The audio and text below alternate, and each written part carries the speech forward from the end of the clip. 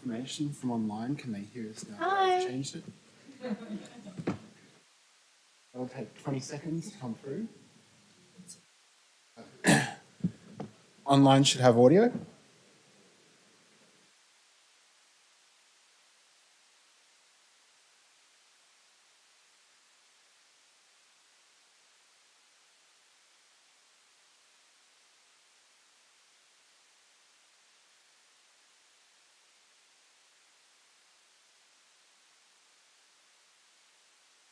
They should hear me say audio should be delivered online now.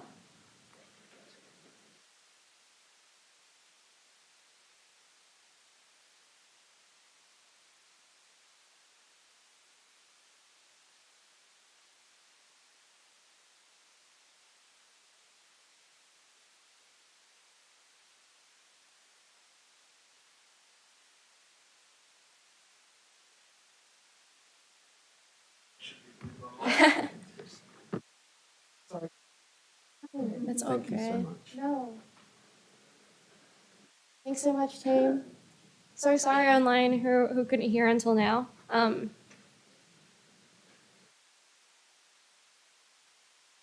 Start again from the intersectional lens of housing. When it comes to my physical health, my current housing provides me, sorry, I need to regulate. When it comes to physical health, my current housing provides me physical safety and shelter from the elements. It's also allowed me to build up better nutrition and cooking routines. However, my house is also the place that I previously experienced domestic violence, physical assault. So there is that lingering threat of the perpetrator coming back since they still know where I live, but I recognize that I am still a homeowner in this economy and I'm not homeless anymore. So overall, I think I'm fairly privileged and I put this dot fairly high up. By the way, I'm okay. I just the emotions came up quite a bit during the break. Housing, my experience is significantly worse. A lot of my homelessness was as a direct result of psychological abuse and mental health challenges, and even though I have a house now, when you've experienced homelessness once, let alone multiple times, trauma can stay with you. Since my house was also the site of domestic violence, there are many triggers around this and my house, so overall I put this blue dot fairly low. Next intersectional lens is immigration.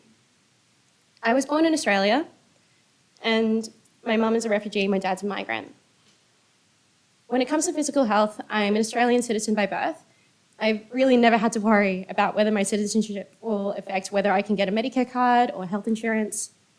Immigration is not something that I've really had to think about when it comes to physical health. And there's this saying that goes, if you don't have to think about it, then it's a privilege. So I'll put this red dot very high up on that line. When it comes to mental health, I've similarly... The doors are screaming, my goodness. When it comes to mental health, I've similarly never had to worry about whether my citizenship or my visa status will allow me to get a mental health care plan. However, I've had many family and friends that don't seek mental health due to a number of reasons to do with immigration. Often their immigration status results in higher fees or there's a risk of them being deported.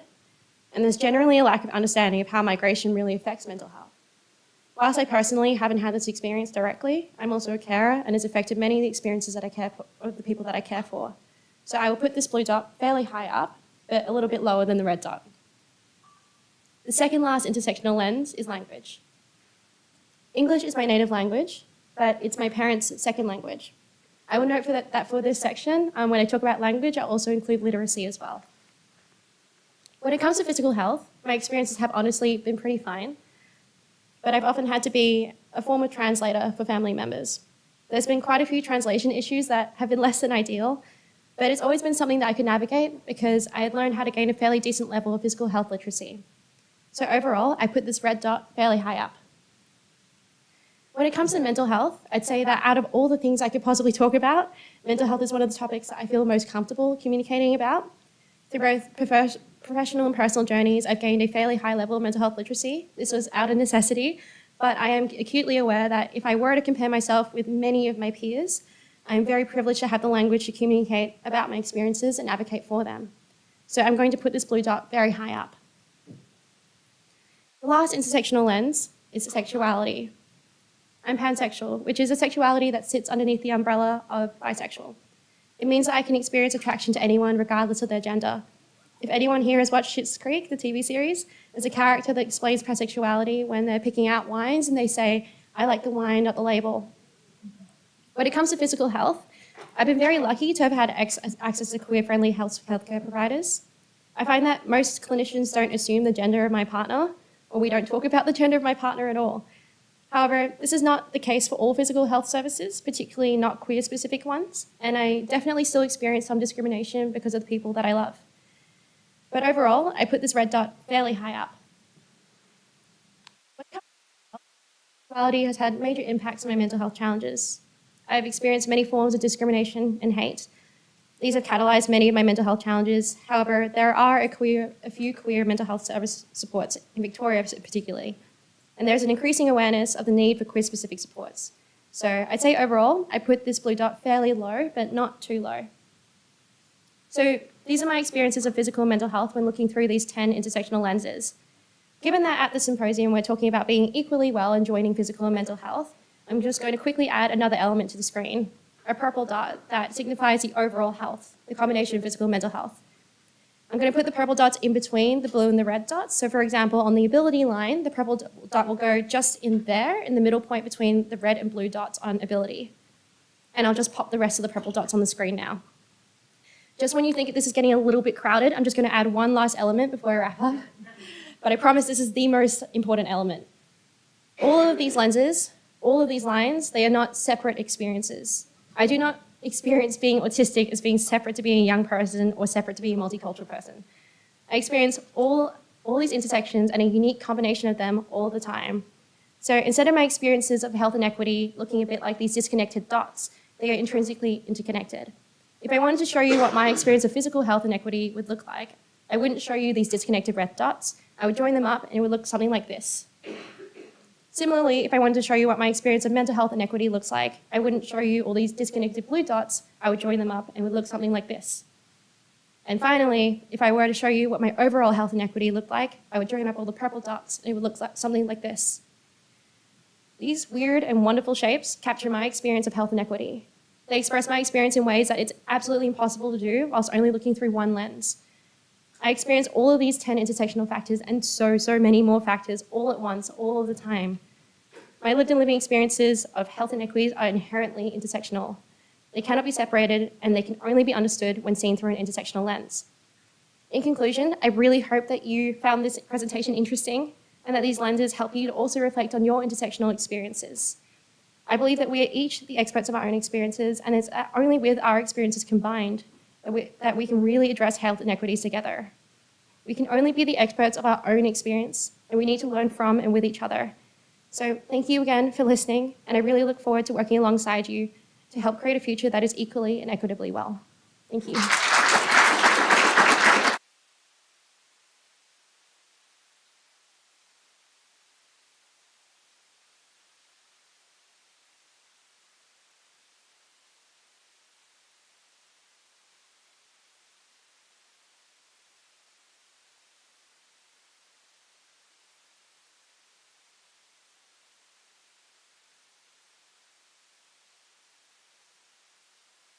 Apologies to Emily.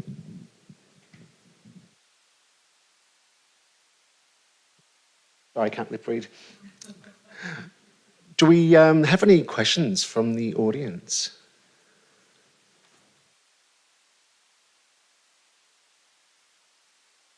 Do we have one?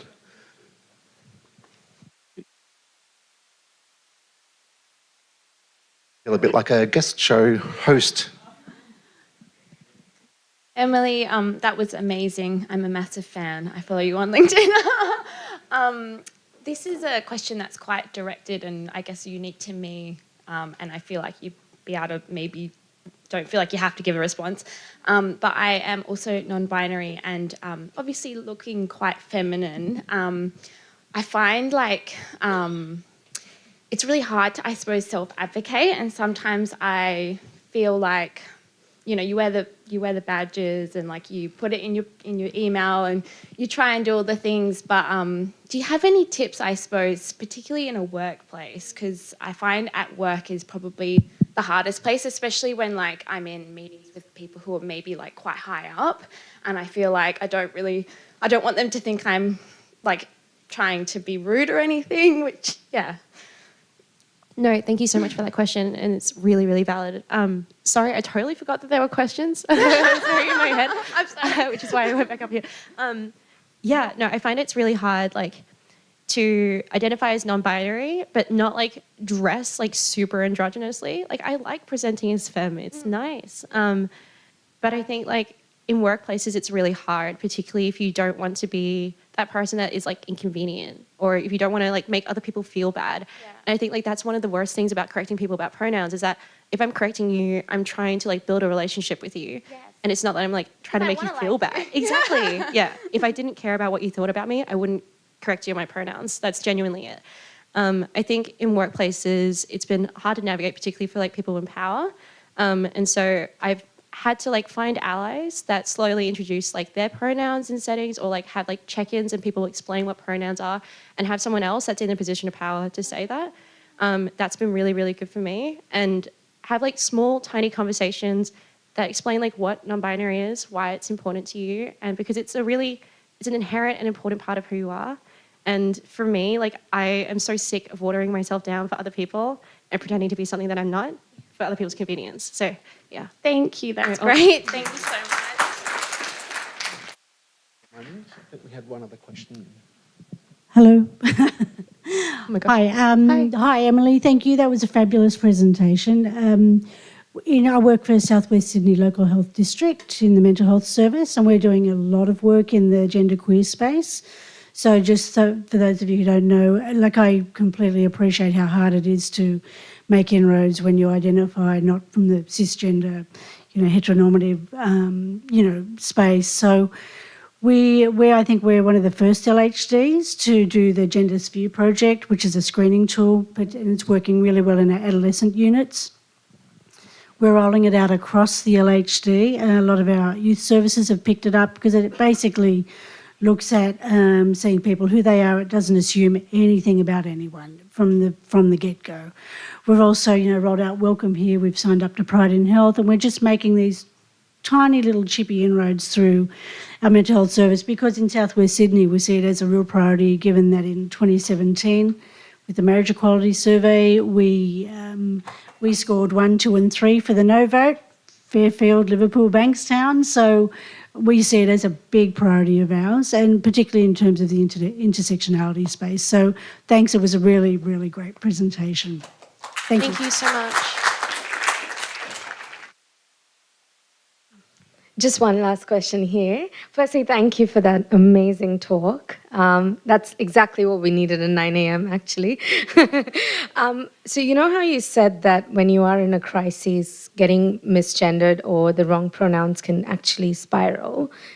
What are the self-care things you do to come out of it? Because if, say, I have a client in the future who is going through something like this, as someone who can never understand fully what that could mean, what would the self-care tips be that you would give? It's like, thank you for that question. It's also really nice, like, you're acknowledging that you don't know what it feels like because you don't identify as that. And that's like a really, really good step. I think for me, particularly when I'm in that crisis moment and I find it really hard to regulate, there's just, the intrusive thoughts are a lot louder around like I'm being an inconvenient thing for other people, that sort of stuff.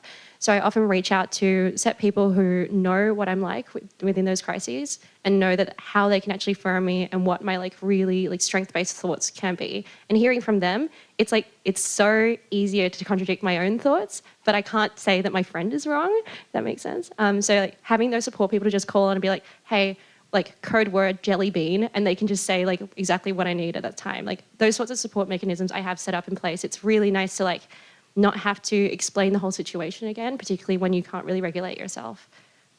Thank you.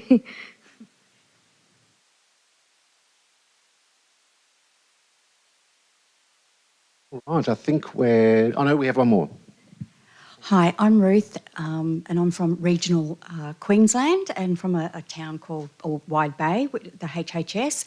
And what it was that I'm the consumer engagement facilitator, and I thought, how do we engage, the the LGBTQI plus community when, you know, that's not my cohort of people. And so I put a shout out and I got a consumer, a carer representative and staff, and we just, you know, I just facilitate the group because, and again too, because it's led by that particular group, we've really made some inroads, and we started the You Are Here project, Your Welcome Here project, and we actually ended up on the Channel 7 local news.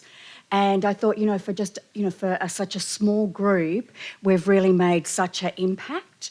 And, you know, and starting to get information about pronouns, and we started to wear badges and things like that. And so, yeah, so it's just sort of something that was so hidden and not spoken about. For just a regional HHS, we've been able to really open it up. So, yeah, so there is hope for wherever you are. That's really, really beautiful. And like, I really love your approach to like recognizing that you don't have the expertise in a space because you don't have that lived and living experience, and that's okay. But there's always opportunities to provide platforms to other people.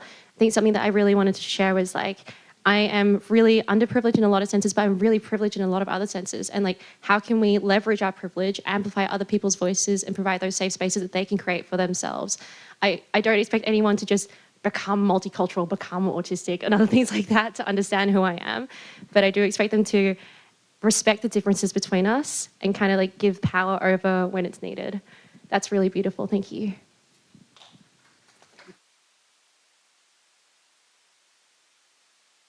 Emily, thank you so much. I thought it was an excellent conversation starter you've created this morning. And what I can't help but notice here in this room is that despite the really broad spectrum of information you brought to us, the return response has been a lot of questions in relation to sexuality and gender.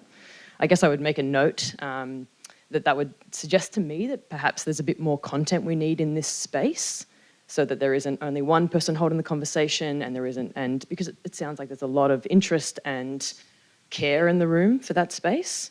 And so just acknowledging, thanking you for holding that space and for holding those questions for everybody today. And I also just wanted to ask a bit more about whether or not where your experiences have been that have been really positive in relation to getting good cultural support that actually is meaningful and engages really well, and certainly in the health literacy space.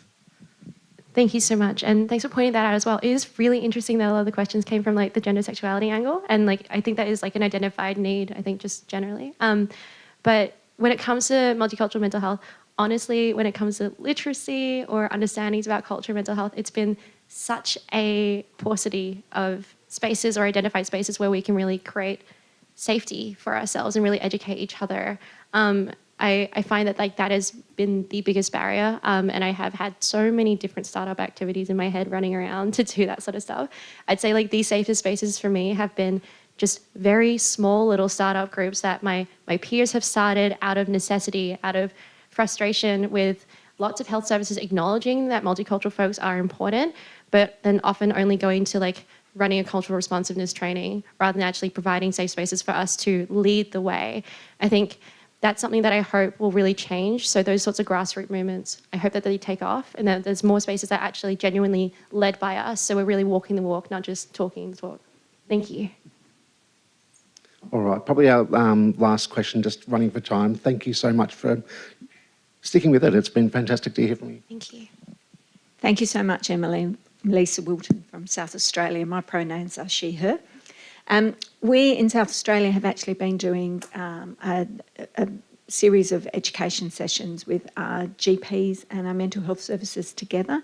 And the last one, we did focus groups last year and asked what they wanted, and one of them was around gender identity. So we just recently ran one and we've videoed it, we've recorded it all, and it's actually available for people to actually have a look at. It received probably the most registrations that we have had. So we had over 110 registrations to attend. 74 people actually attended online, which was absolutely fabulous. And we had in-house registration as well.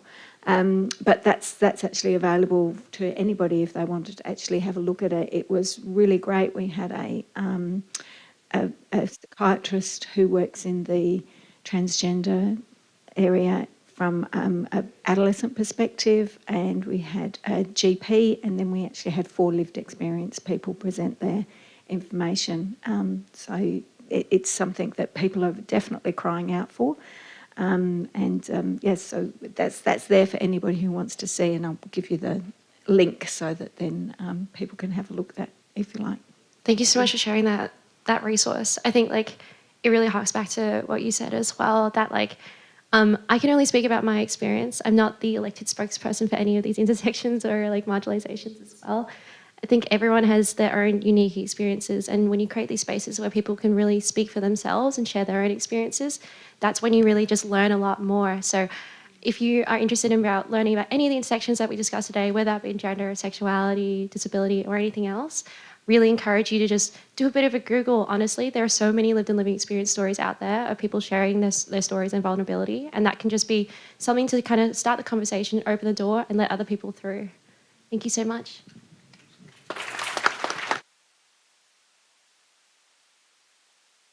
Thank you, everybody. We have to move on. Fantastic presentation. Thank you, Emily. We're going to just change the tone a little for Grant and introduce Grant Sarah, who we spoke about yesterday as one of the award winners. But Grant is a psychiatrist with roles in clinical care and data, associate professor at the University of New South Wales, and associate professor at the University of Sydney as well. Is involved with caring for young people with recent onset of psychosis, and director of Inform. Grant's going to talk to us about building data to support action on physical health gaps. So welcome, Grant, and thank you very much.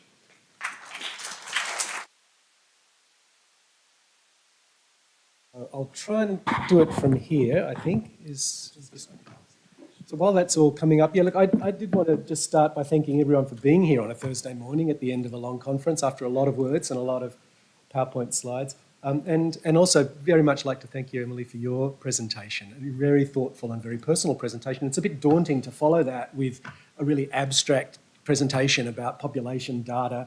That might feel like the last thing you need on a Thursday morning rather than the first thing.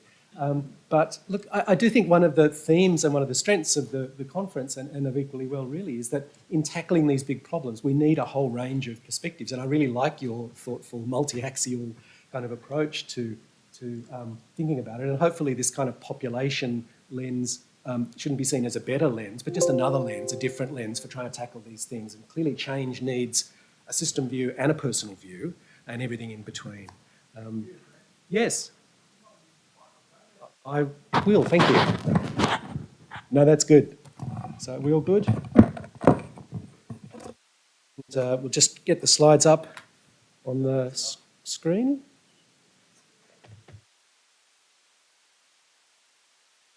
Great. So let me get the technology working here. Should never let old baby boomers near technology. Okay, how do we progress, right? Try to clicker. There we go. So just to start by acknowledging the Gadigal people on whose lands we meet and pay respect to their elders past and present and emerging, and any First Nations people here in the audience today. And also to acknowledge that in the data we present, we're really looking at data from many thousands of people who've used New South Wales mental health services, and that we're very conscious when we do so that we need to do so we do it with gratitude and we do it with respect, and we do it very much with the goal of trying to improve care and in our services. So everyone in this room knows, sound no good still? Okay. Might need a hand mic. Okay, let's try that. 2 hands here. Look, I think everyone in this room knows there's a really important gap. That's why we're here, the physical health gap. And I guess we also know not only that the gap is there, but that it's got really complex causes. This is from a recent paper in Lancet Psychiatry called Gone Too Soon, and it's sort of laying out priorities for actions. There's many different frameworks, and I wasn't going to go through any of the text in the boxes, but just to me it kind of visually makes the point that all those blue boxes are risk factors and mechanisms, that the causes are complex, and the interactions between those causes are complex. And the strategies that we need to collectively implement are also complex. There's no one cause, there's no one strategy. There's a whole lot of strategies at lots of different levels. And in that sense, as well as the health gap, we've got an evidence gap because, again, we all know there's lots of evidence that we have a problem and that the scale of the problem is substantial. But what we've got less evidence about is the kind of evidence that lets us unpick some of those causes and plan and monitor the strategies. So data about the mechanisms, data about the service models that work better than others, and data to really prompt action and change in services, in health systems, and to monitor that change. And also that even in any individual small health system, there's still a diversity of experience, a diversity of issues and strategies that are needed. So to really allow us to focus in and design strategies that work for different groups of people. So what I wanted to do in this presentation was to touch on 4 things, just to tell you briefly about the Mental Health Living Longer project, which is our attempt to marshal the data in New South Wales to help support these kind of efforts, to go through a couple of specific findings in a few areas just to give a flavour for the kind of data, and then talk about how we're trying to bring that data together to report to services and help support change efforts, and then talk about next steps and some of the big data gaps that are constantly there and we're constantly still trying to chip away at. So what Mental Health Living Longer is, it's a data linkage project. Health systems and governments collect a lot of data, and we're really trying to make use of all of the data we can that's available to us in New South Wales. So on the left there, you've got a whole range of data collections, our health service data, mental health community teams, hospitals, emergency departments, but also data about physical health, cancer screening registers, and a range of other data, some that we already have, some that we're just on the threshold of getting, like vaccination and notifiable conditions. And then we bring that data together. It's linked by the New South Wales Cheryl, the Health Records Linkage Agency. And we've got data not just on people who use mental health services, but on the whole New South Wales population. So we can understand where the gaps are greatest and where the differences in care and outcomes are greatest. We organise the work around 4 different themes: all-cause mortality, suicide, cancer, and medical and surgical care. And with the goal, really, there's a research component to what we're doing, and we've got research ethics approval from the New South Wales Population Health Ethics Committee and the AH&MRC. But our goal is primarily not just to be a research project, it's to really drive change and support policy and change and improvement within New South Wales Health. We've got a project governance committee with representation, and so the steering committee involves the policy parts of the ministry. It involves many of the agencies responsible for care and improvement that need to be the partners in change. And I won't read through them all, but to highlight one as an example, Cancer Institute, New South Wales have been really strongly engaged and supportive of the work. And I'll show you some findings there. We've got consumer and carer representation in the steering committee through our peak bodies for mental health consumers and carers, and also the Health Consumers New South Wales and the New South Wales Mental Health Commission involved. We have Aboriginal Sovereign Steering Committee. We have an academic advisory group, and we've got a small project team, and I'll come back to the project team at the end. But really, in terms of data, if we pick up a paper and look at studies in the sort of large epidemiological studies, they tell us there's a problem, but they don't give us the kind of data that we need for change. And really, for data to be helpful in driving change, it's got to have a few attributes. And it's got to be, ideally, we need data that's actionable, so data about things that we can make a difference to. Life expectancy is a critical measure, but it's difficult to act on directly.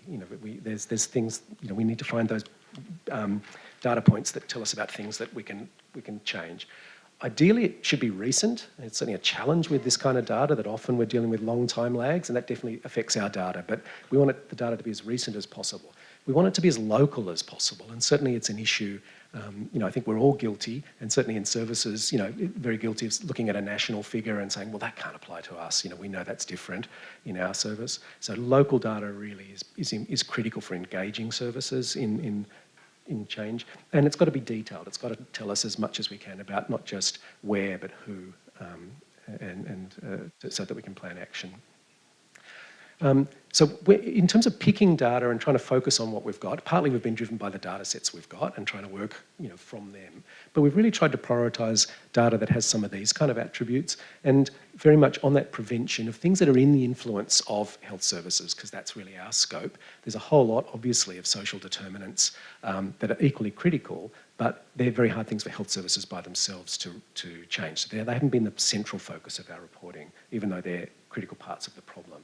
So these are some of the examples. I won't read through them all, but these are some of the examples of the types of things where it's possible to see how services and health systems can kind of act on those things. Prevention activities like cancer screening and vaccination, or aspects of access to or quality of specialist care. And I'll walk through a couple of these now. So yeah, in these areas here of that are listed there. So the first area to talk about is just, we've been looking at cancer screening. The data for cancer screening is best where there's those big national screening programs. So far we've looked at cervical cancer and breast cancer because those were the available data sets. We've got bowel cancer data, screening data yet to come. And what we found, we looked at the 2-year screening participation rate in women who use mental health services in New South Wales. In the population, and in all of these slides, the blue is going to represent the population rate in New South Wales and the orange is going to represent the rate in our mental health service users. Have I got a laser here? It's probably not going to help anyway. But yes, you can see there's a gap there. Only 40% of our mental health service users had recent cervical cancer screening compared to 54% of other women of the same age in New South Wales. So that's a rate ratio, kind of if you look at those rates, adjusted for age and sex and disadvantage of 0.74. Now, that might not look like a big gap, but we estimate that that's about 16,000 people, that gap. So if we could bring that screening rate up to the rate of the rest of the population, that would be an additional 16,000 people that would be screened. And we know that screening reduces your risk of mortality from cervical cancer by half if you're a participant in screening. So again, that's a population-wide figure. Zooming in a bit on the WHO, we looked at this by age, and one of the unexpected and really striking findings was a very kind of, an unexpected age pattern. So you can see that you've got age groups across the bottom there, and you can see that in younger women who use our mental health services, screening rates are fairly close to that of the general population, about 5 to 10% lower. But in women from 30 onward, it reduced, and then particularly in mental health service users aged 60, 65, the rates were really, really low. And we're doing some more work at the moment to try and understand that. There's several possible explanations for that. So for example, we know since the introduction of the HPV vaccination, that perhaps there's a cohort of younger women who are much more aware of the need for screening related to that. We're still wanting to look at that. But in terms of where services could look, perhaps this could be a prompt to say, as services, we need to be thinking about that. Is this something we're asking in our routine screening with people about their physical health care, and particularly in services looking after older women? Going to that issue of local data, part of what we're trying to do is feed this data back to local services. So in New South Wales, services are organised into local health districts. They've got slightly different names in different states. And so here you've got data on each of our 15 geographical local health districts in the state. And I haven't named them here, but in the reporting back to them that we do give them this data in an identified way. And what you can see, the blue dot is the population rate. So you can see that for the overall population, there's quite a difference in screening rates across the state. And the sites with the highest screening rates there are really in eastern Sydney and in coastal New South Wales. And the lowest screening rates are in western Sydney and in some of the western parts of New South Wales. The orange dots here are the screening rates in the mental health service users in each of those LHDs, and the grey bar is therefore the gap. And you can see that there's a gap across the state, no matter where you are. The gap varies, and in some areas you can see a couple of LHDs there in the middle where the gap's actually quite small, where mental health service users still have a gap, but it's less than in many other areas and closer to the population rate. So the hope is that this is data that helps prompt LHDs to make local inquiries, try and understand what's going on in their own region, and also perhaps to not be to be aware of those differences. So, for example, if we were to just say to the first LHD at the top, your screening rate is 46%, that's above average for mental health service users in the state, they might say, well, we've got no problem then, we're doing really well. Whereas you can see they're not doing very well compared to the rest of their population. So there's a systematic gap there, even though, so it's trying to give a relevant comparison point. This is data on breast screening, and the story is very similar. So we've got in women aged 50 to 74, which is the target age range for the breast screen program, 53% of the New South Wales population is screened through mammography, only 30% of mental health service users in that age group, so a rate ratio of 0.57. So similarly, this is the same kind of graph. You can see in the broader population, if you just focus on the blue dots for a moment, the LHDs at the top there are mainly rural and regional. So screening rates are actually at a population level higher in rural and regional New South Wales. There's the breast screen programs very much run through those vans in the road that kind of visible and kind of there's good community awareness and support. And so screening rates are higher in the rural LHDs. And again, you can see there's gaps right across the board, but the gaps do vary from LHD to LHD. So that's two areas of cancer screening. I want to move to talk about preventable hospitalisations.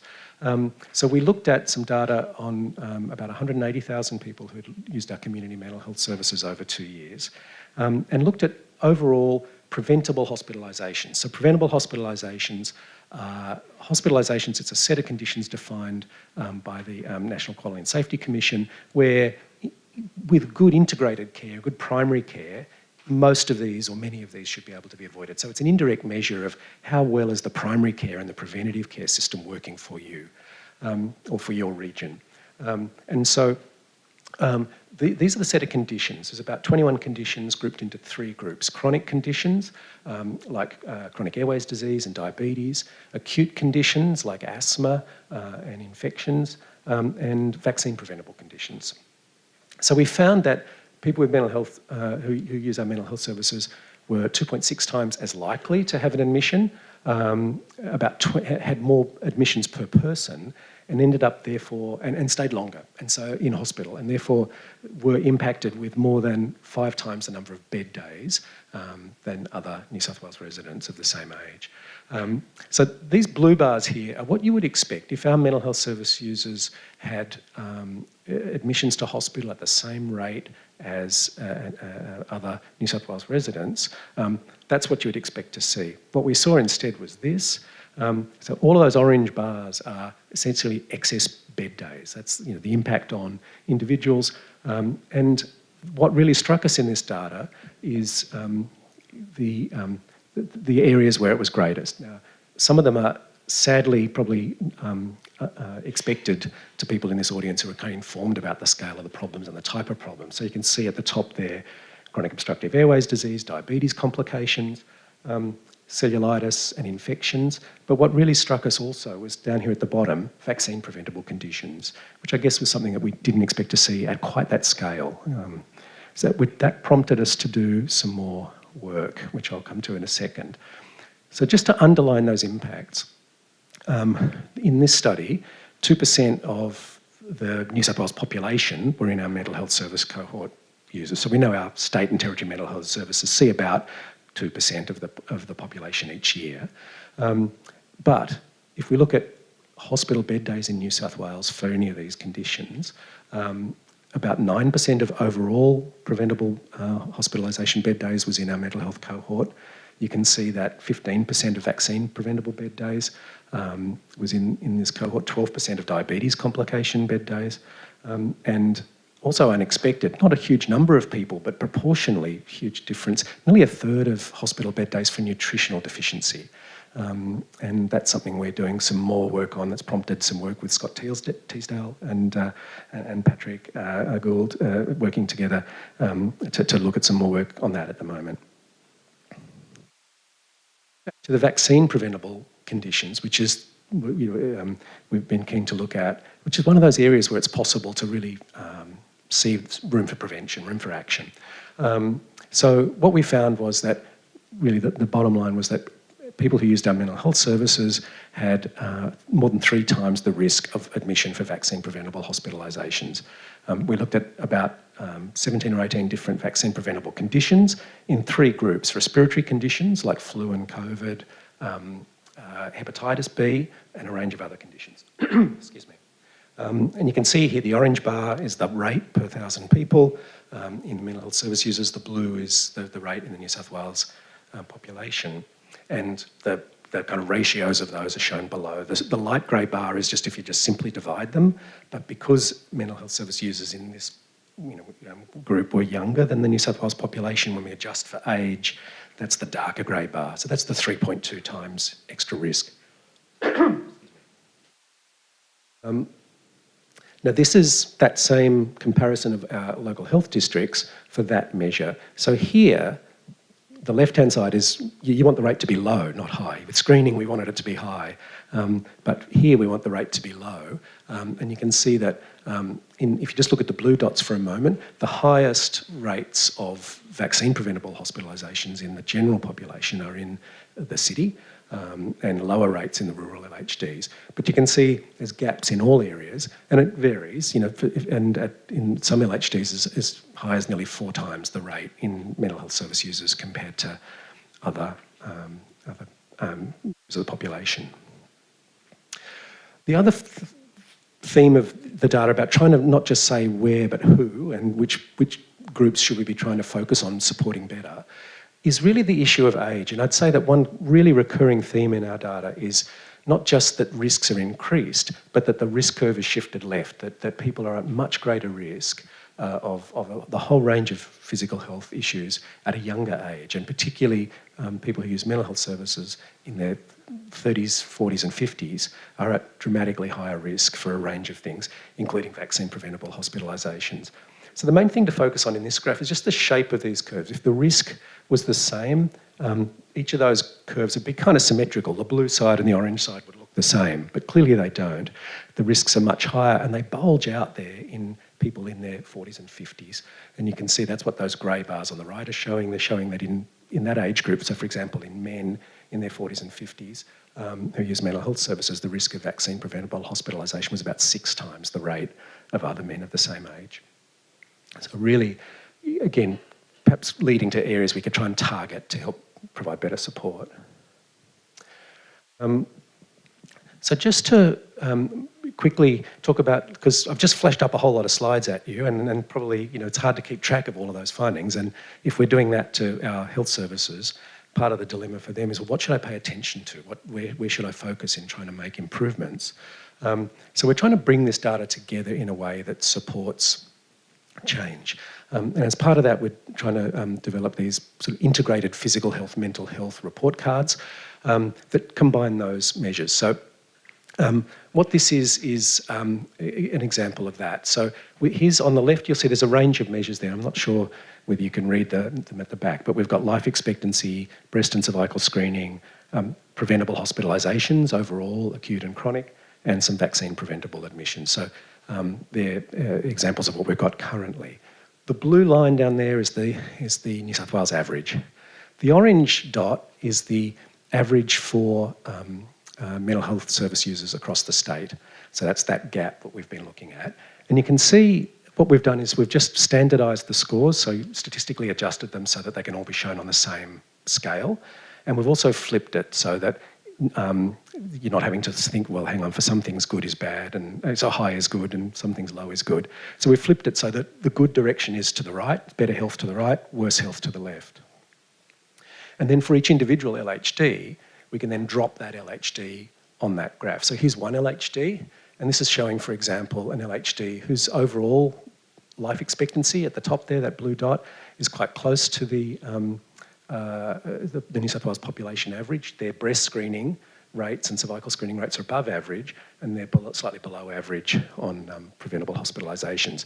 But if we look at their mental health service users in orange, you can see there's some substantial gaps. In some things, the gap is lower than in some other parts of the state, but in some it's more. So, for example, in screening. So it's a way of trying to give local health services a bit of a kind of focus area to say, well, where am I doing well, where am I doing least well?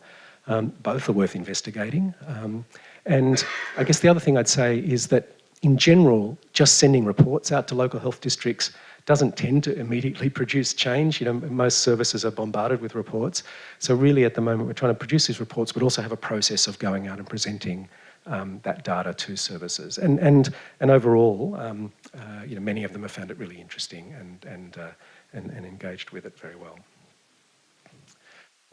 Our goal over the next year is to keep filling in those reports and keep filling in the data. So this is, you know, so that we can try and really build up a proper suite of measurements that involve both the processes of care and the outcomes of care across that spectrum from prevention through to care and outcomes.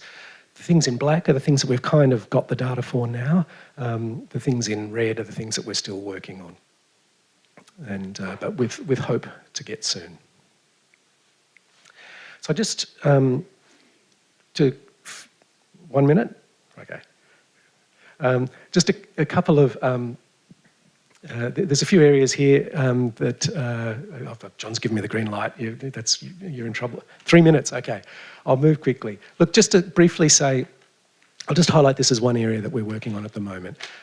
Access to surgery is an area that really hasn't been discussed much in this conference. It's a really neglected area in looking at this whole issue of physical health care, and yet we use surgical access as a measure of our health system all the time. I mean, surgical waiting lists are on the front page of papers.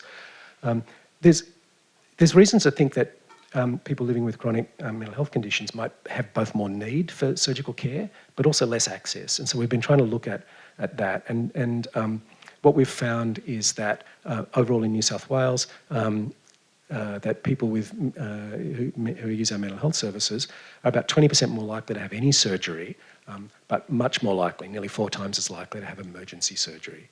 So there's a very different mix of planned and emergency surgery. And when we look at it and break down a bit more, what we've got here is some procedures that AHW uses as kind of sentinel procedures, as measures of surgical access. At the top there's a group where you can see lots of pink. They're all the surgeries where both the planned and the emergency surgery rates are higher. That's coronary artery grafting, coronary angioplasty, gallbladder surgery, appendix, emergency surgery, surgery which in our health system there is at least some level of free access to in a life-threatening situation. The ones at the bottom, where you've got blue, the rates are significantly lower, and that's cataract surgery, knee replacement, hip replacement, things that are chronic and disabling and have a big impact on your life, but there's big financial barriers. Largely, you've got to have you've got to have private insurance to access or to access quickly. So I think there's a real story that we're trying to unpack in this surgical data about the impact of financial barriers and access to surgery and perhaps some of the impact of insurance. So that's a bit of a watch this space for another issue that I think we should be looking at. I'm going to flick over that because of time and just finish off with some of those limitations. So I've mentioned, I think, why we're not focusing on life expectancy. We are trying to measure it, we are trying to report it, but we're not seeing it as the most important measure. There's a big gap for us in the linkage with national data. We all know that it's how our health system works together. There are some alternatives. There is progress in linking national data, but it is always painfully slow, and so we're very mindful of that gap. There are big gaps in our New South Wales data, and I think that's some of the really rich kind of material that we heard about in Emily's presentation. Our data is very poor at capturing gender, sexuality, culture, those things. There are small steps towards improving it, but that's going to be a long, slow road to get our big juggernaut data collections to capture those well. And this probably isn't as true in some other states, but in New South Wales, we don't have central access to medications, observations, pathology investigations. Those would clearly add a lot to this kind of data. We're working away at trying to get that, but that's not in our big central data warehouses. And the other thing I'd say is the data is only ever data, and it doesn't lead to change by itself, and it needs much broader support. So I just wanted to finish, because John's given me the wind up here, just to thank our, I've mentioned the team, I just particularly wanted to thank our project team, because we don't have any additional resources for this. This isn't a kind of big externally funded project. This is, in the spirit of collective impact, this is, our data team has a number of people. We've just allocated part of our work to do this. And we've been very lucky to have a range of really excellent students and fellows we've worked with. So I've acknowledged Patrick Gould, who's with us on a Hetty Fellowship, Andy Davies down here at the front, who's joined us as a part of his medical studies, who've kind of sustained this work. So I'll stop there. Thank you. Thanks, Grant. Fantastic. We have got time for just one or two quick questions. I apologise that we're running slightly slow on a Thursday morning, but it's not bad for the last morning of a conference. Grant, thanks for mentioning the ability to capture intersectionality, and building on Emily's. But I think my question is a summary question. If you were the boss of New South Wales Health and you were lining up all the chief executives of all the local health districts, what would you tell them in terms of a start now, get onto it, and also a long-term priority? What would you say, get onto this right now, and another one, what's the one to focus on the long term? Wow, that's a good question. I mean, I'm not trying to dodge the question, but I do think partly the message of the data is there's no one solution everywhere. So I do think start now needs to be look at your data, and because your data already shows that you're dealing with this now. If you go back to those pie charts, if 1 in 8 people sitting in your diabetes wards have complications and they're a person who's also had contact with mental health services, you're already dealing with this, you're just not dealing with it well. So, look at where you've already got scope to act. I think would be my... One up there, last one. No, people online, we need to use the microphone for you. Hi, I'm from a CMO, Laura Collister Wellways Australia. I guess in this whole conversation, this data is just mind-blowing to me.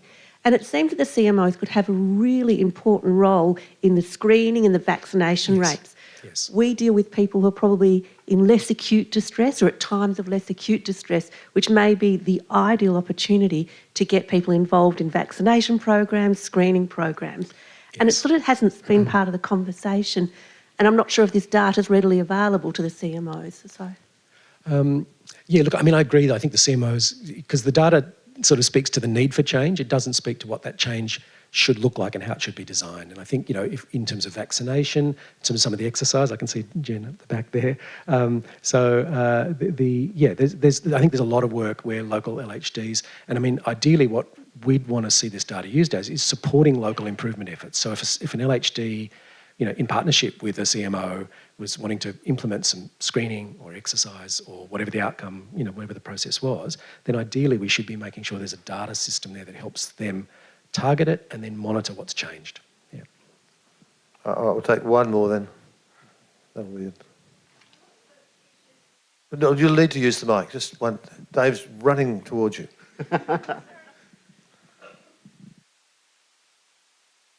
Linda Walton from Mental Health Carers, New South Wales. Yes.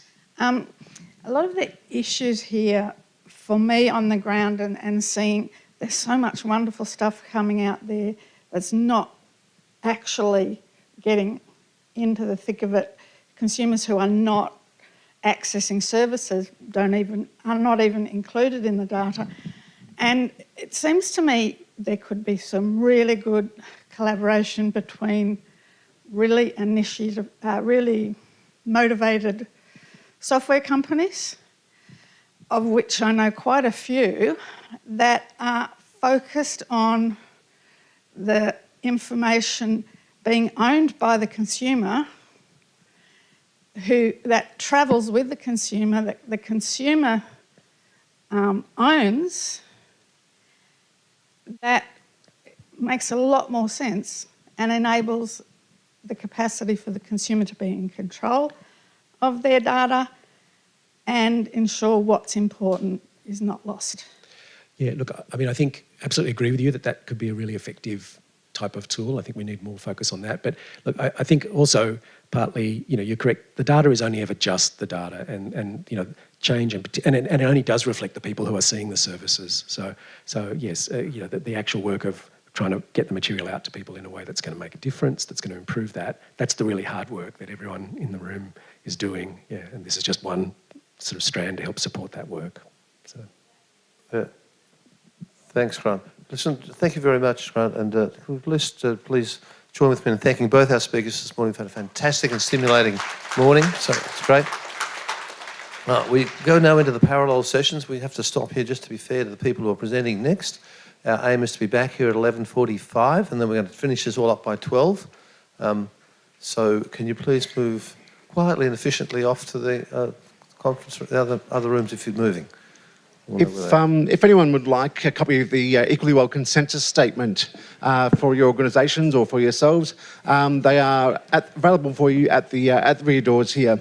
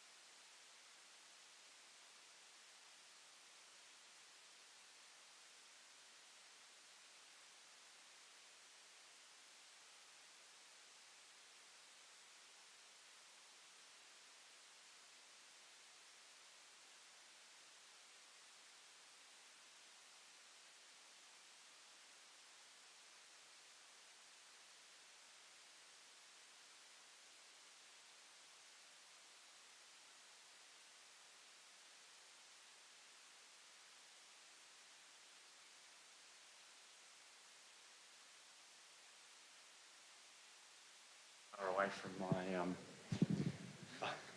chair.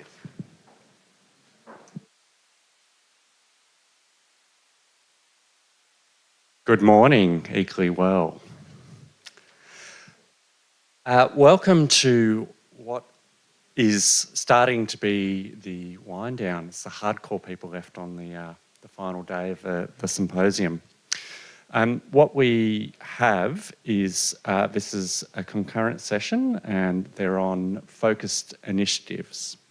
Now, as you, I'm sure, are already aware, this session is being recorded in this room and to hang right up the back if you don't want to be part of that. But it looks like everyone's already hanging right up the back. So feel free to come down and feel the the front row as well. We love company down here.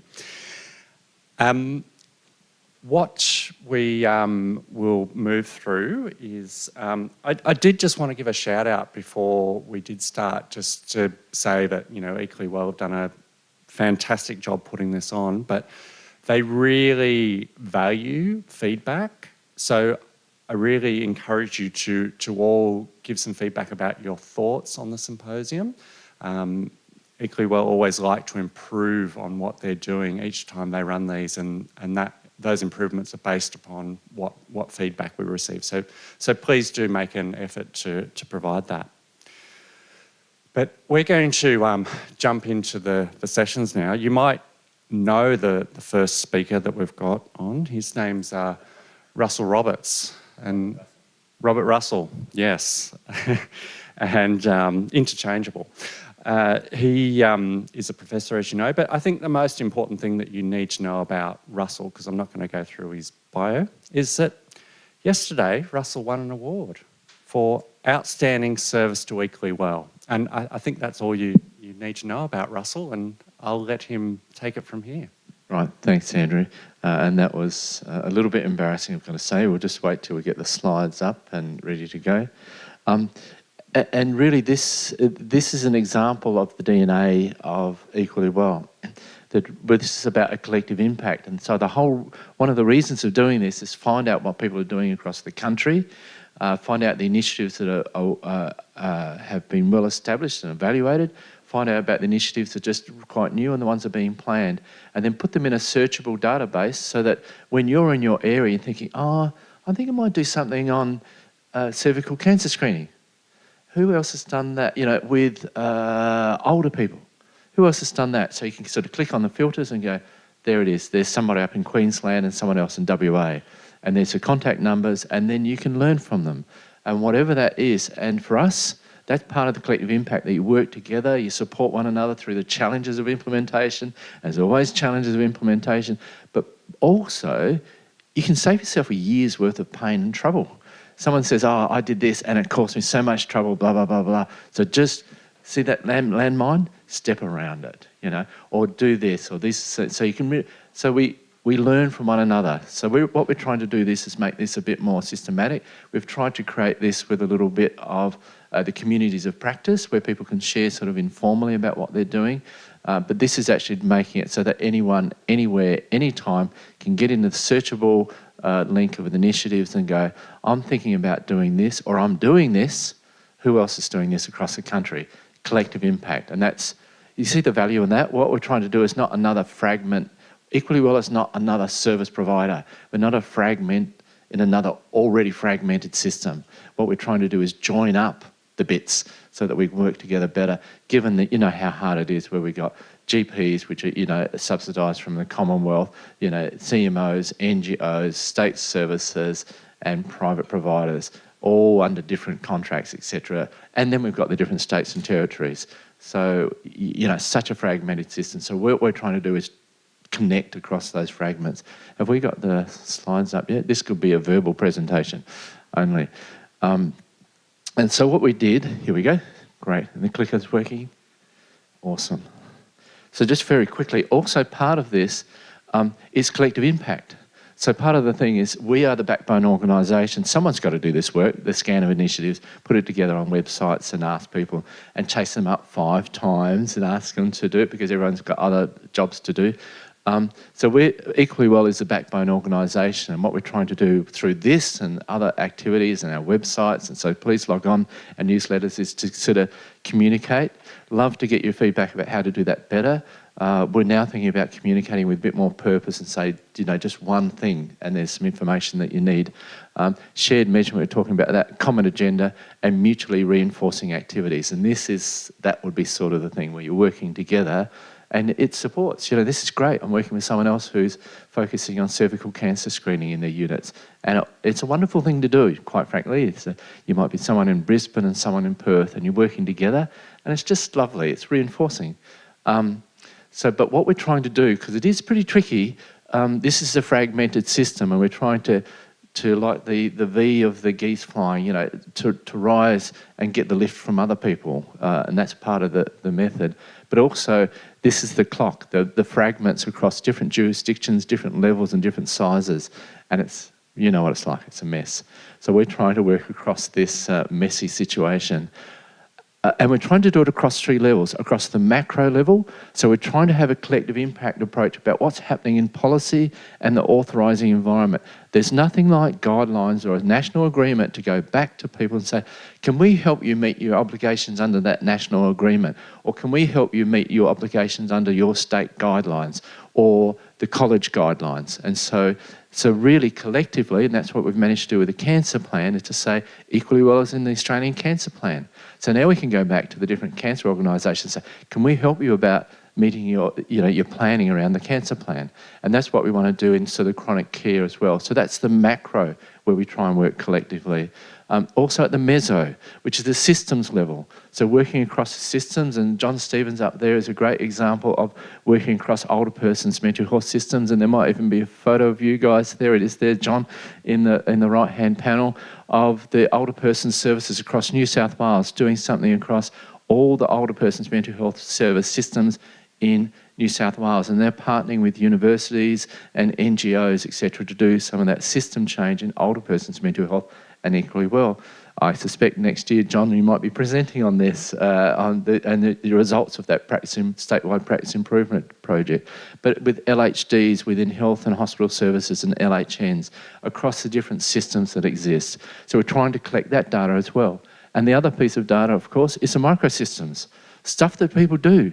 It's big or small, great or little, it's interesting. So, for example, I don't know if Jade is here from Flourish, but the Fizzy Health cards, that person on the right there, just sharing those. And I think in our very first conference, Jade presented and she shared them with someone from Flurio Health, Peninsula Health in Victoria, and it really transformed their practice. They introduced them, and that's that micro system of things changing within services.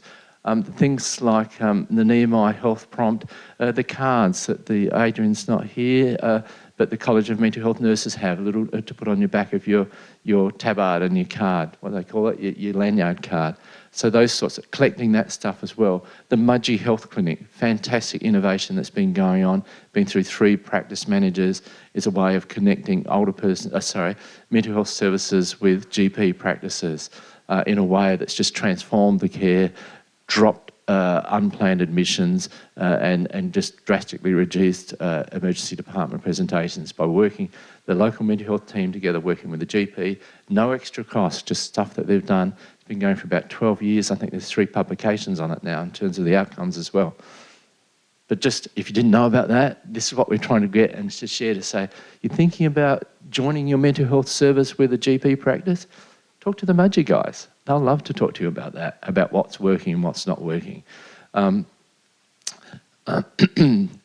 also there with Flourish and Lived Experience Australia and Health Talk and those sorts of resources as well. So what we have is, just very quickly, this is the boring stuff, and I'm just trying to catch up a bit of time, Andrew. So these are the respondents. So we had 72 of our 100 supporters respond, which is not a bad response rate to a survey these days. Anyone who does research knows that that's an awesome response rate to a survey, 72%. And that's the sort of bulk of them. The PHNs were a lot because there's a lot of PHNs. And there were the different sort of professional organisations, education, primary health networks, peak bodies, etc. So we've just gone across all of our partners there. Having said that, with around about 100 supporters, there's a lot more organisations in the country than that. So this is what, just generally, just an overall snapshot, and then I'll jump onto the resource, which you can go online and have a look, and I'll put the website up in a sec. But this is the sort of stuff that people are doing. We managed to find, people reported 308 initiatives across the 72 supporters. And so once again, we didn't have all the supporters, but that's not such a surprise, really, and that's the sort of stuff that's happening out there and across Australia at the moment. I reckon we're a bit low when we look at this, and this is good for us as well. We look at this a bit low on oral health and vaccination and, quite frankly, smoking cessation. Smoking kills half the people with long-term smokers, and the smoking rate for people with serious mental illness is 6 times the general population. That's not right. So, we talk about equity and equality. I respect people's right to choose to smoke, but really it should be at the same level as the rest of the population. The rest of the population's gone like this. Big public health, Terry, success over the last 10, 20 years in terms of it's really plummeted in Australia. For people with mental illness, it's pretty well stayed the same. The 6 essential elements of the consensus statement, and once again, that's probably not that surprising, is it? That and this is how people, if people described it that way, we've just taken them at their word. We're not, an assessment body. We're just really categorising that. But we're pretty encouraged by that. Monitoring progress was not service evaluation. It's that you're monitoring progress over a period of time. So it's not that we did this and we evaluated it. It's how we're going as a service or a nation. And so some of Grant's work is up there too. You can see how he's monitoring the progress and how we're going with the gap vaccinations, etc. This is a bit of a busy slide, and you'll have these slides available. But this is the percentage. And once again, things can be multiple things, of course. It can be a psychological therapy, which is online. So you can see that adds up to more than 100%. So that's the percentage of supporters who reported that they're doing something in that area. And a lot of organisations, as you know, like yours, are doing more than one activity, of course. 72 organisations, 308 activities. So they're the sorts of things that people are doing, and which is good. The software is 12%, the online stuff, that's not bad. I think people said that that's an area where we could do a lot more in terms of access, easy access, SMSing and stuff like that. The physical health conditions that are being focused on, and once again, not surprising, there's a lot that are focusing generally in health and wellbeing, but there's others that are focusing on, cancer and dental and oral health, respiratory disease and diabetes. I really think diabetes is an area that we could do a lot better in myself as well. There's a whole networks are there. The risk, the number of people who die from diabetes with serious mental illness is about the same number of people with mental illness who die with suicide each year. We don't talk about that, do we? But you have a zero suicide prevention, millions of dollars towards it. How much is towards preventing early premature death of people with diabetes with mental illness? And we've got the system out there. We've got all the diabetes nurses and all that sort of stuff. Such an easy win if we just can once again, integrate into general practice for chronic conditions. That's the population cohort. Based on today, in terms of some of the intersectionality, we've got a bit of work to do there, but it's not bad, Maybe I'm a delusional optimist, but I think that's not bad. The LGBTQIA+, cold communities, rural and remote, all about 20%. Maybe we could do better, but I think that's encouraging, really. Child and youth, that's to be expected because premature death doesn't really come in until, late teenage and early adulthood. The staff and professionals involved in the project, they're the sorts of people who are involved. Once again, I don't think there are any big surprises. I'm going to shoot through now and quickly through. The only other thing which is, we're evolving. I think we're evolving so quickly and growing and maturing mental health so quickly. I'm so encouraged by this, like the peer workforce across Australia, for example, and the involvement of lived experience experts in advocacy and governance now. And also in this is an indicator, once again, a self-reported, as Chris mentioned yesterday, what's true co-design, it's evolving, even that's evolving, isn't it, Tessa? But 78% saying that they're incorporating lived experience views into design and implementation. That wouldn't have been the case 20 years ago. it would have been the other way around, I reckon. So yeah, we've got a long way to go, but we're doing okay. We're progressing. So if you go to the website, under Equally website, scan, national scan of initiatives, etc., it's still under development. We've still got 308 initiatives. I think we've got about 80 odd in there so far. So we're just now tagging them all so you can search them. But you can have a bit of a go and you can muck around and start to do those search filters. And so for this, like the program focus, the health focus, and the population cohort. And so this is one example that I got from a screenshot. And so when you put those in at the moment, this is some of the things that you get. And you notice up here, you'll get a link to the website. You'll have a phone number and an email. So if this is something you're interested in, you go, oh yeah, while you're white GP connection, I'm going to talk to the folk at Assessment, Central Eastern Sydney PHN, about what they're doing in that area. And that just was an example. There's the link. I'm just conscious of the time. So I was going to take you through and demonstrate how it works, but you can do that yourself. If it doesn't work, let us know. We're right here. But we're trying to make it really user-friendly, and you can filter by one and the other. And that would be us done. There's the other thing. The next steps for us is to continue to seek content. We continue to update that from other sources. We've only got it from 72 organisations across Australia. How many mental health organisations are there? And also other sources. You know, even from here, surprise, surprise, we'll be reaching out to the good projects and saying, can we get this up onto our website as a resource? Other partners, we know with the LHDs, LHNs, Lisa would be familiar. There's a report from South Australia. But there's lots of stuff that happening in the local health networks that we still have to unpack. Same in New South Wales.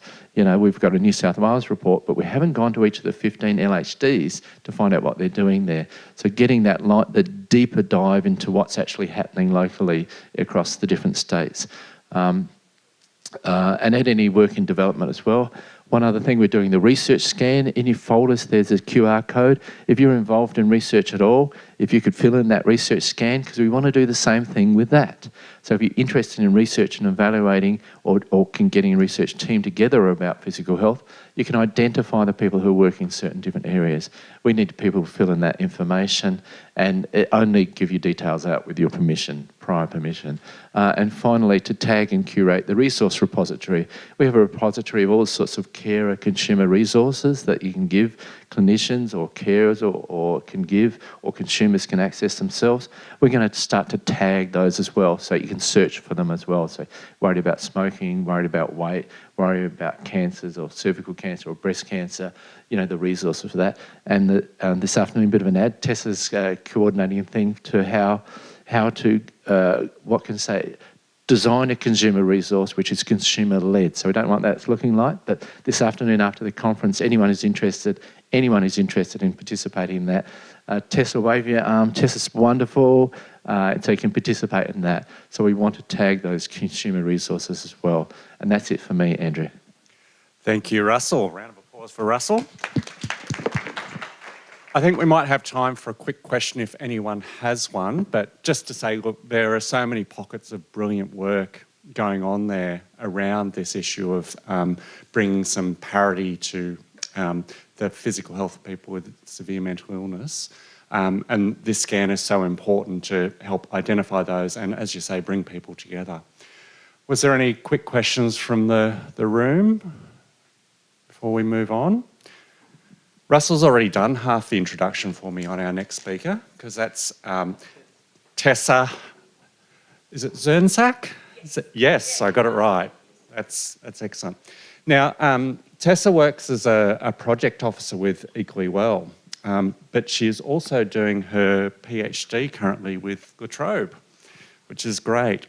Russell also in his talk touched on the importance and the terrible rate still of smoking in people with severe mental illness, and something that we've really got to do something about. And Tessa's talk today is going to give us a little bit of feedback, qualitative feedback on some of the programs that you've been involved with. So I will pass over to Tessa and let her go for it.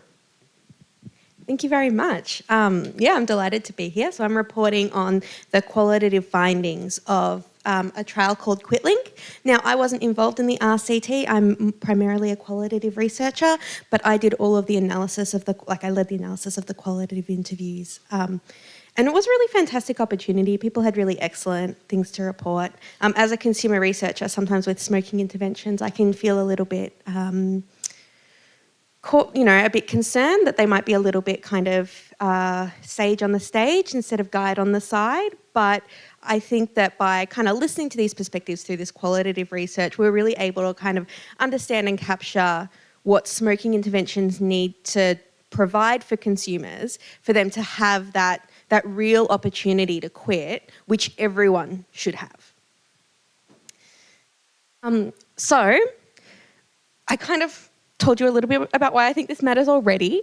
But I think what we really found there's already some existing research, and I think that, I'm going to talk about it more as well, that people smoke for reasons beyond chemical addiction. So, and I'm going to share that with you as well. But the reason that this research is so important is because so often we focus on those, those alleviations of the chemical problem. So, through NRT, while neglecting what people are getting out of smoking from a kind of emotional or social, kind of like through those sort of pathways. So I'm going to talk a little bit about that. And I think that that's really under-recognised and really at the heart of what people, might identify as their needs when they're quitting. We know that people with SMI or experiencing SMI are more likely to be smokers, but they're just as likely to want to or have made a quit attempt as anyone else who smokes. So the broader QuitLink trial was quite a big study where intervention participants were provided with one-on-one counselling and nicotine replacement therapy, and the control condition were provided with only publicly available resources. So they had access to QuitLine, but with QuitLine you get a different counsellor every time. In the intervention, they got the same counsellor every time. They got regular check-ins. Everyone had contact with a peer worker, but that was very brief. And everyone had access to NRT, although I think the intervention control had more access when the control condition just had kind of the standard 6 or 8 weeks. Then for the qualitative data, we interviewed participants at 2, 5 and 8 months. So at 2 months was the end of kind of the intervention period, and then 5 and 8 months were reflecting on that and kind of looking at progress since then. So the 8 months would be 6 months after the intervention, 5 would be 3 months after the intervention, and yeah. So I'm going to report on the 5 and 8 month time point. So those kinds of time points beyond the end of the trial, so where people were at sort of in the months after. We had a relatively small sample of only 28 participants, but very, very rich data. We also had very limited crossover, so only one participant did interviews at 5 and 8 months. So we can't say that this is a longitudinal study or that we can have longitudinal outcomes from this, but you can still kind of, there's still a lot in there that's kind of worth looking at. And I also think that, some of the barriers to participating in research might have played a part. This recruitment happened during COVID, but also, people who had relapsed might be less likely to talk to us because they might have felt like that they might get a hard time or, for maybe their own reasons. And then interviews were transcribed, and I did I led the thematic analysis with another consumer researcher and our boss. So that was really lovely. So, I pressed it twice. Oh, no, I didn't. Okay, I think my slides got a little bit mixed up, so everyone get ready for that. So one of the main things that we noticed that was different at 5 and 8 months, was that people had a different attribution for where the problem of smoking was. So at 2 months, people were more likely to kind of say, say things like, it's too hard because of COVID or because I'm stressed at the moment, I can't do it. At 5 and 8 months, we saw more people saying, well, the problem is that I'm not determined. Or conversely, the thing that helped me this time was that I was able to draw on my inner resources.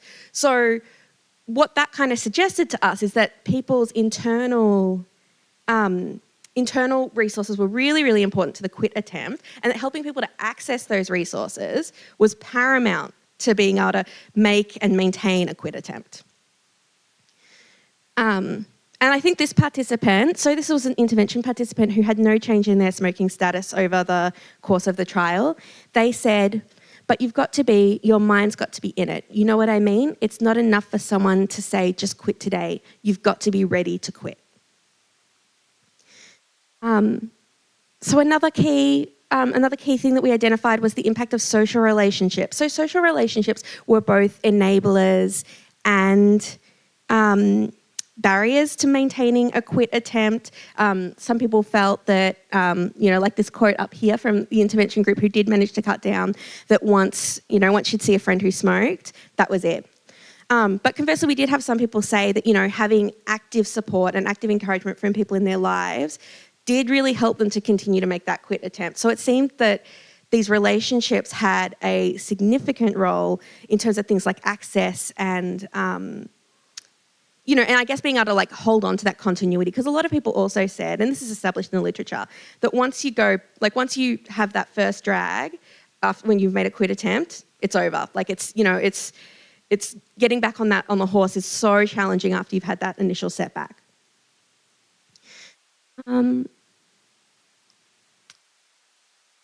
I think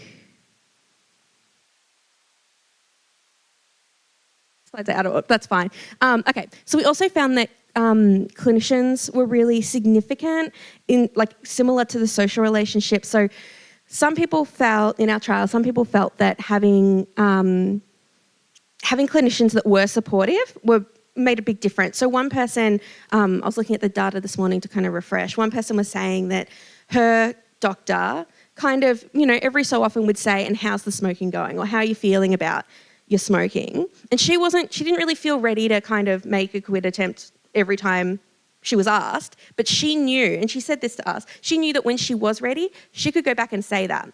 When we had other people who kind of suggested that pushiness actually sort of, or being told that they should quit, actually put them off engaging with their clinician at all. And a lot of that, I think, had to do with feeling like they weren't understood, or feeling that clinician had a vision for them that wasn't consistent with their own vision for themselves. So this participant also said that their clinician was a bit ambivalent about their smoking. So I'm going to read it aloud. I love to read the quotes aloud. He had no concerns about me smoking, which I thought was unusual because normally they sort of discourage that sort of thing. He knows what I've gone through for the last 18 months too, so maybe he thought that smoking might help me mentally. Now, this is an attitude that we see a lot in the literature that clinicians have. It's too hard to quit smoking. They've got bigger fish to fry. Let's get the mental health thing to baseline, and then we'll start a quit attempt. That's actually quite prejudiced. There may never be a right time from a clinician's perspective to make a quit attempt. It's about what our data suggested from the very small sample size that we had is that internal readiness is far more important than what a clinician might identify as the right time. So it's about when that person is ready to make that attempt. And, they say that every cigarette you don't smoke is, helping you. So even failed quit attempts have a role in, those kinds of prevention and also to give people, some people would say things, I think maybe one or two people said that, they remembered they quit for 3 months once, and so, they could probably do that again.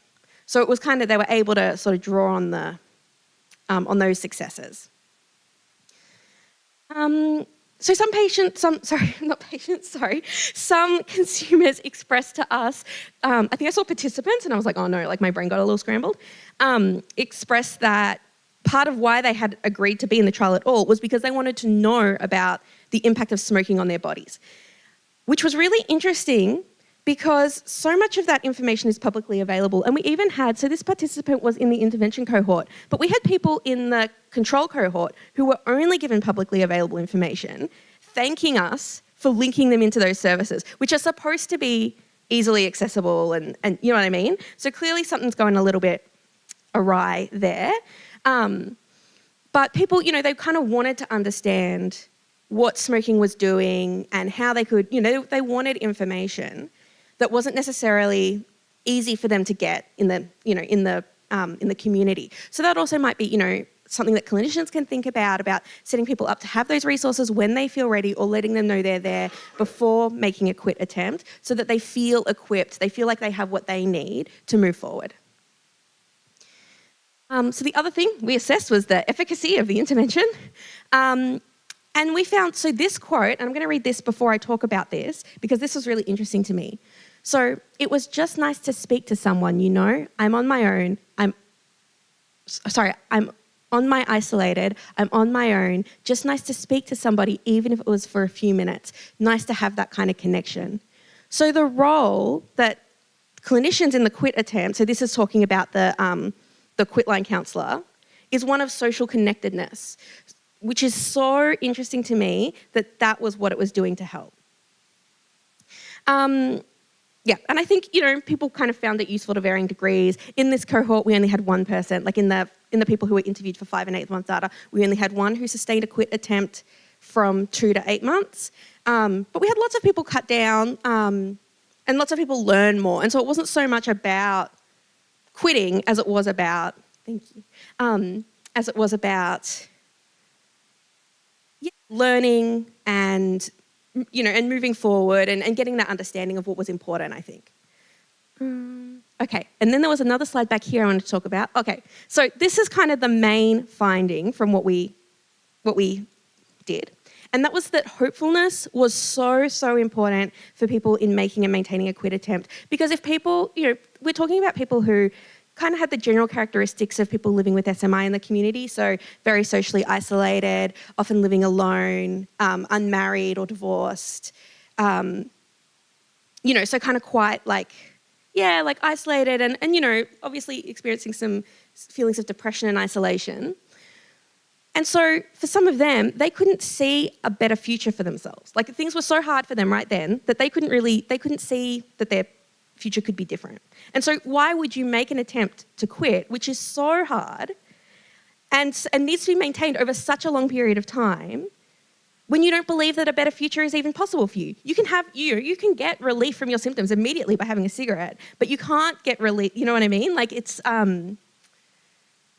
you really have to believe that a better future is possible to maintain that. And it only takes, you know, a minute or like one interaction where there isn't hope for a better future or a non-smoking future, I suppose, for people to, you know, to kind of fall off the wagon. So having that hope was so important. And we think that there might be a role for clinicians and supporters to have that hope. So even when the person might not be able to believe that there's a better future for themselves, and I'm not saying that everyone necessarily believes that, like lots of people, you know, were able to quit, or, you know, not in our study, but like generally. But clinicians can have that hope. You know, like you might not believe that it's possible for you right now, but I believe that when you're ready, it's possible for you. And that's where I want to leave it today. Thank you very much.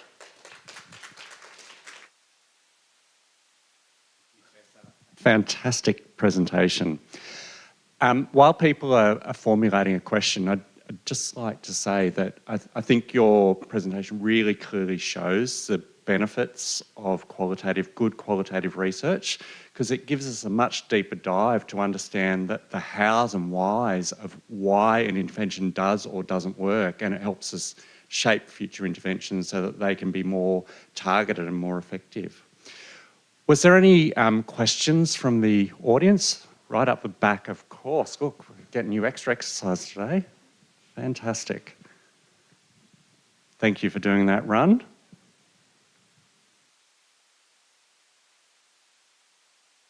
Go ahead. Mine's more of a comment. And I've seen a couple of Tessa's talks throughout the symposium, and I wanted to say how wonderful it is to see somebody like you up there on the stage doing your thing and putting us all in our place, I guess. As a carer, I'm a bit of a zealot, and I'm been very pleased to hear what you've had to say because I've learnt a lot. Oh, thank you. That's so lovely. Thank you so much. I really think that, you know, in research, there's such a opportunity now for consumers to really come through and do proper research, like research that's not kind of, like I feel like sometimes there's an that people think that consumer research is like watered down research, but like it's not. It's real research. And I just think that, that's really having a moment right now. And I'm a part of really wonderful teams where, where I've been so well supported. And it's really a testament, I think, to those teams that, that I'm able to come here and do this work. And that I agree with. And it's wonderful to see. Thank you so much. Sorry, we've just got another question down the front. I'll come grab the mic off you.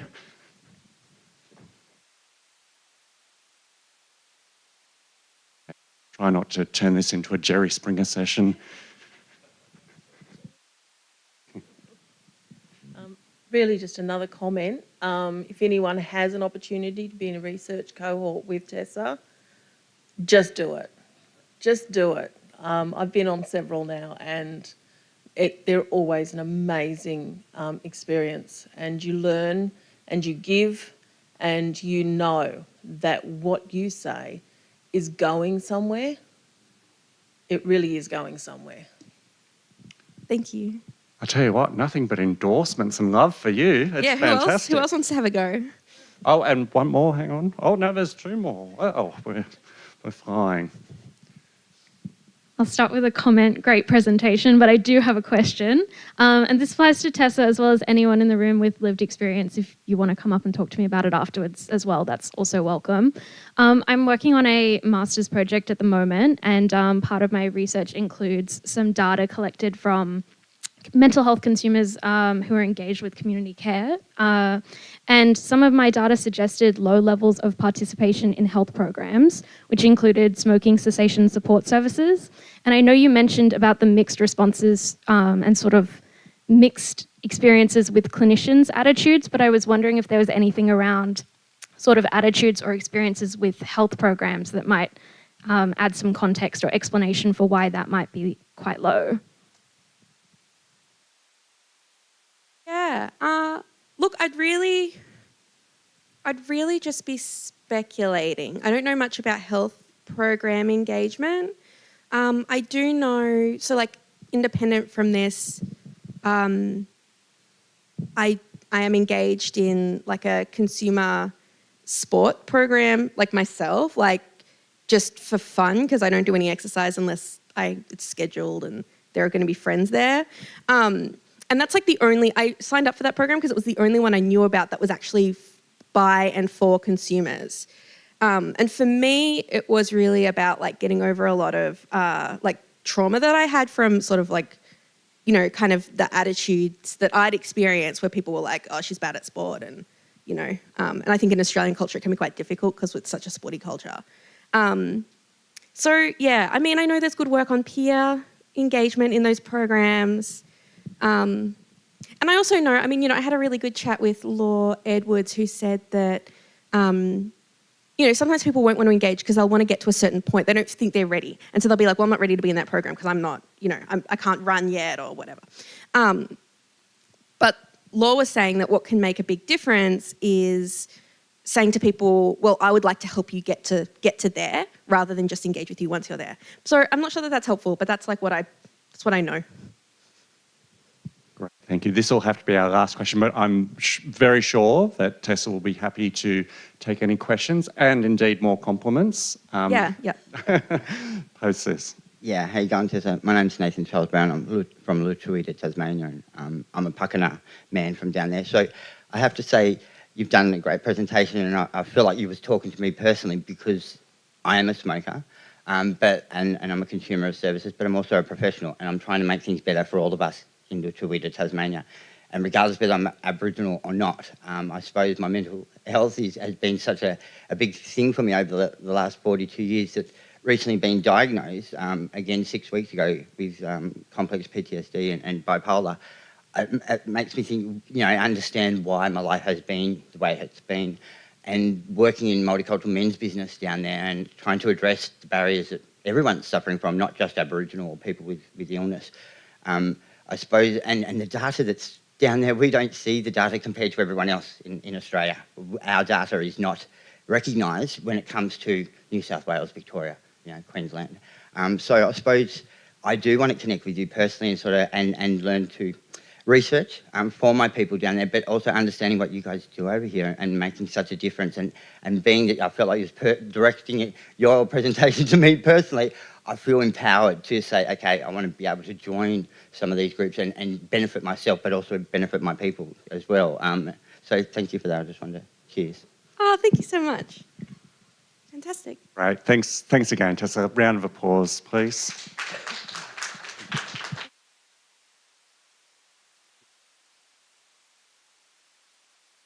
Right, I'd like to invite Andy Simpson onto the stage. Andy is someone I've known for a very long time, and he's also a multi-presenter at every Equally Well Symposium. And I think that's testament to the fantastic work that he and his colleagues have been doing at the Living Well, Living Longer program in Sydney Local Health District. And Andy and I actually have a similar vintage of nursing graduates, and both new grads, aren't we? Yeah. But I'll pass over to Andy for him to tell us about what happened during COVID with the Living Well, Living Longer program. Over to you, Andy. Thank you. Yeah, so sorry to raise that horrible P word again, the pandemic that we're all trying to forget about. Although luckily Livia did it for me as well yesterday afternoon. Are the slides ready? So yeah, I mean, I wanted to start by talking a little bit about the Living Well, Living Longer program. Do I need to click on? Oh, I see. Thank you. So Living Well, Living Longer, just so you know, a very quick overview, is a program in Sydney Local Health District which aims to guide people living with mental illness through these 4 stages of screening, detection, initiation of treatment, and into ongoing management. So that's kind of how we set up. And the way we do that is through a series of care pathways or interventions, particularly focused at our community mental health consumers in the district. We have a metabolic assessment clinic called CC CHIP, who provide comprehensive, like a one-stop shop, so an individual can go along and see 8 different metabolic health specialists in one afternoon and get a whole set of recommendations for follow-up with their GP.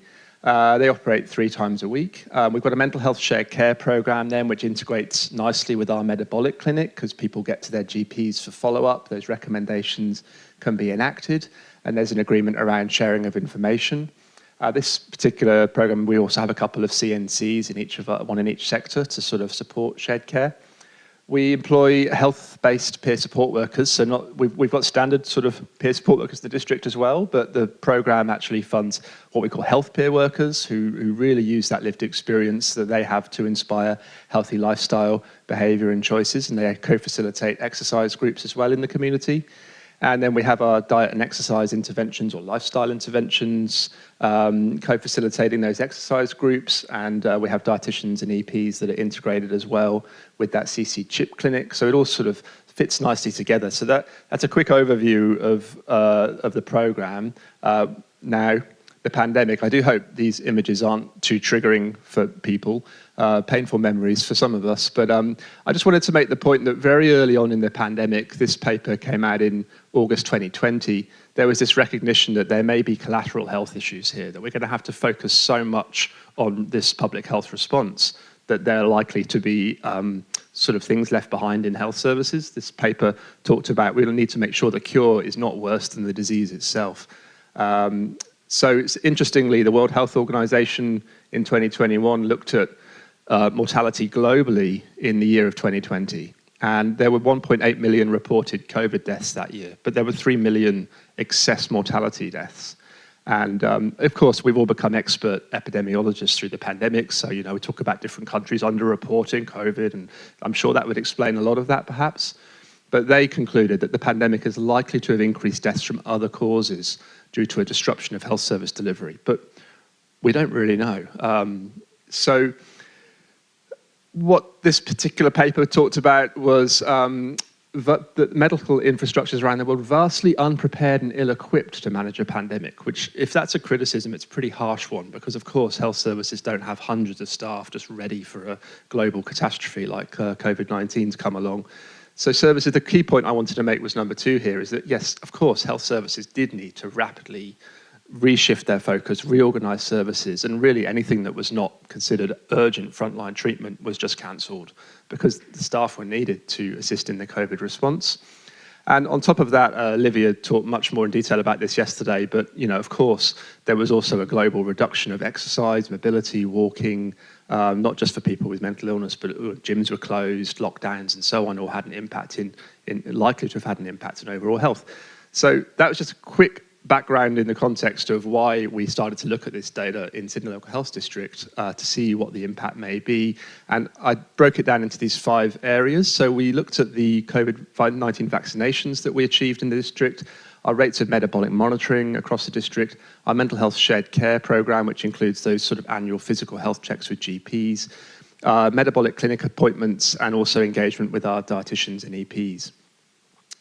So in terms of vaccinations, we were quite proud of this result. So, Olivia talked yesterday about, people with mental illness actually do want to be vaccinated at very similar levels to the population.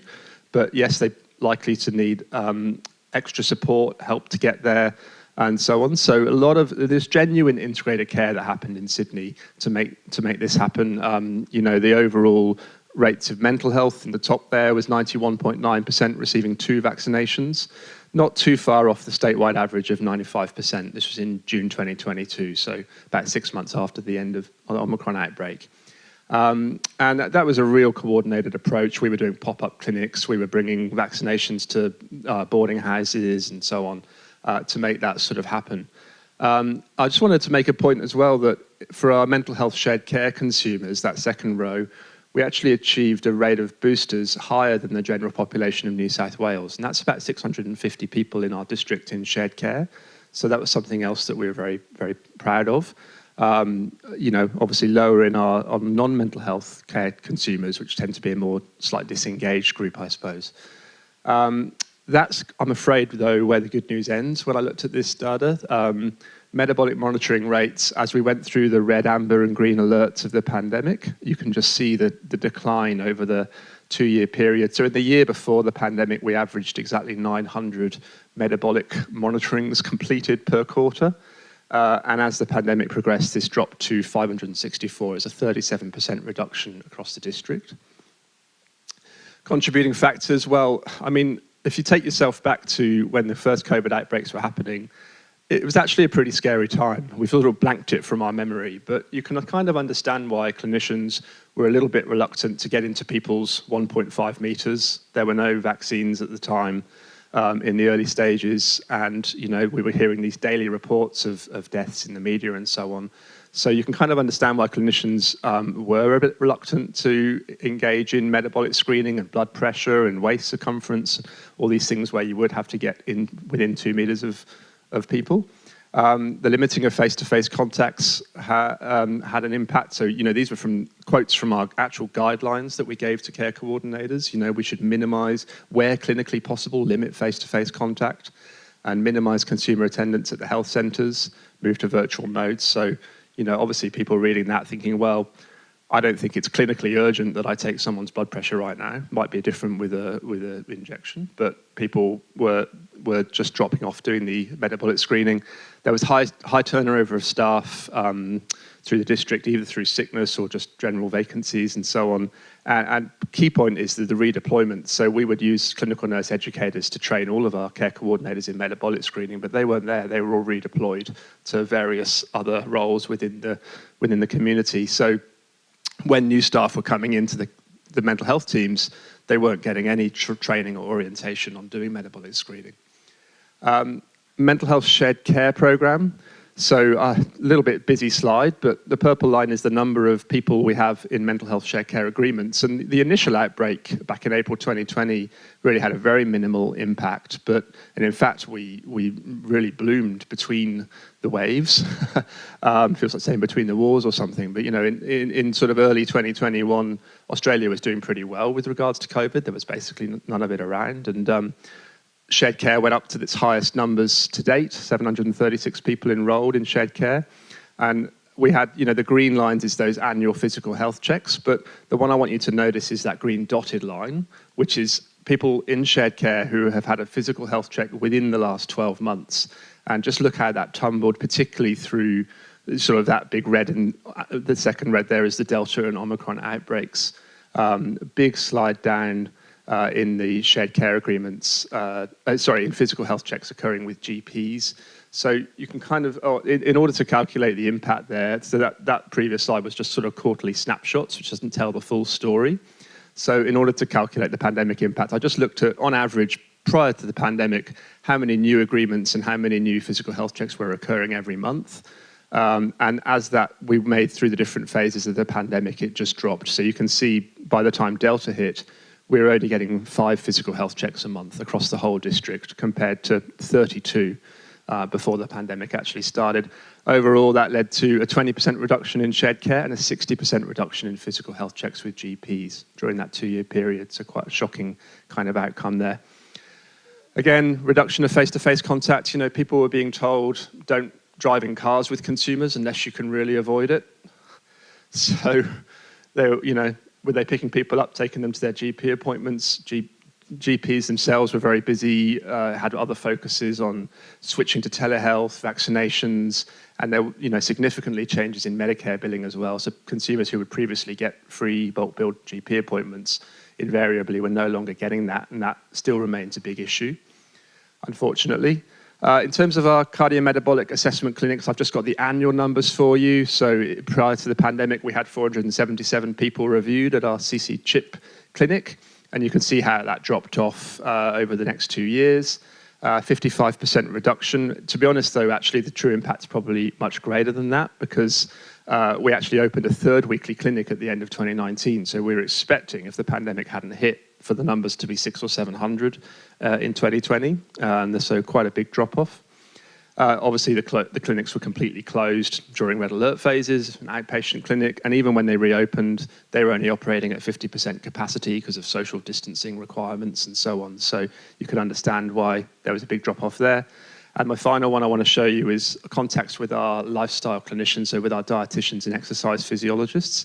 You could really see the impact of the red alert phases, and that was basically very, very closely linked to our redeployments that were happening overall. So actually, again, similar to shared care, our data peaked prior to Delta in the middle of that sort of pandemic period. We did really well. We were getting a lot of contacts with our dietitians and EPs, and partly that was because of the might be explained by some of the switch to more telehealth models. We were actually not driving between health centres, and we were actually able to contact with a lot more people through the phone, perhaps, maybe partly explaining that.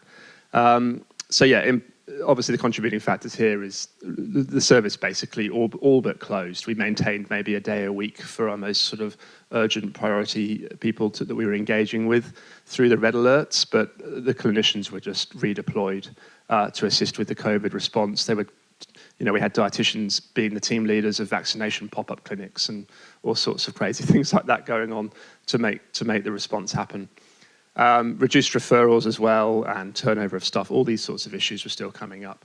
So in summary, the good news is that we did achieve pretty good vaccination rates, 91.9% receiving 2 vaccinations and 61% receiving a booster. But the bad news, 37% reduction in metabolic monitoring, a 20% reduction in shared care agreements, with a 61% reduction in physical health checks with those GPs, 55% reduction in CC CHIP clinic reviews, and 20% reduction in our lifestyle interventions. So overall, now I did say in the abstract, very, very quickly, I did say in the abstract I would give you the latest data. So last week I crunched the numbers. I had no idea what I was going to find. This is what I found. So metabolic monitoring across the district, as we've moved into these yellow alert phases in New South Wales, does seem to be a slight uptick, nowhere near to our pre-pandemic levels. But if you look at the sort of trend line, perhaps things are starting to improve. Shared care has been a struggle, a real struggle, unfortunately, and in fact our numbers of annual physical health checks has reduced even further since our previous slide, but we're just getting a little uptick here at the end in the last month or two, and we're hoping that's the start of a recovery. With CC CHIP, we did increase slightly in 2022, but the services were still operating on very limited capacity. And with our lifestyle clinicians, they are the ones that have made a very good, healthy recovery. We're now running 7 or 8 physical health exercise groups across the district, and we've got a full team. So they've really bloomed in the last, really this year. in conclusion, I think I'm out of time, but you know, what we have found, and most of this data, by the way, is not routinely looked at. You know, with the shared care was an alarm bell because we do look at our shared care data quite routinely. And that prompted me to say, I think I better look at everything else as well. Otherwise, we wouldn't have discovered that things have really dropped off quite dramatically. So it contributed to a fairly dramatic reduction. Other service providers, I mean, like I say, because it's not routinely looked at, other services may not also routinely look at this. And you may not know the true impact that's happened as a result of the pandemic. So I would obviously encourage services to just now redouble their efforts and ensure that we increase our rates of screening, treatment and so on of chronic disease moving forwards from here. So thank you. Andy, thank you so much for that presentation. It's really good to see the solid numbers that your team has produced in terms of recording what's actually happened, because we all know that there's been hidden costs of the pandemic, but to really clearly see how much things do drop off. And I actually had a question for you because I wanted to jump in first. That's what you can do with the microphone. I guess, you know, programs, a lot of great programs have lost momentum during the pandemic. You know, in your role, what do you see as the way to get these things re-kick-started? Obviously, you know, the sessions with the EPs and dietitians has got back up very quickly. What about the other areas? How do you envisage getting those re-kick-started? Well, I think it might be a similar problem for other services as well. But to me, one of the biggest factors was the change of staff that happened through the pandemic. A lot of people moved roles, left the service, a lot of new staff coming in. And because all of the normal staff that would do orientation and training were all redeployed, they were just getting nothing. There were also changes in the management in a lot of the teams. So that may not be a unique problem for our district. I think that's probably a fairly shared problem that's happened over the pandemic. So I think we had a lot of new staff coming in at a very busy, very stressful, very difficult time to be coming into a new role in health. The team leader, management was new. There was no tertiary staff. There was no CNCs or educators there that normally help and support people. So I think moving forwards, now we've got these people, now those people have returned to their roles. We've pretty much, you know, I had the CNC, the shared care CNCs would go into the teams and meet with the new staff and say, we need to talk about you know, you've got 10 people on your caseload in shared care, so we really need to get them going in for their physical health checks.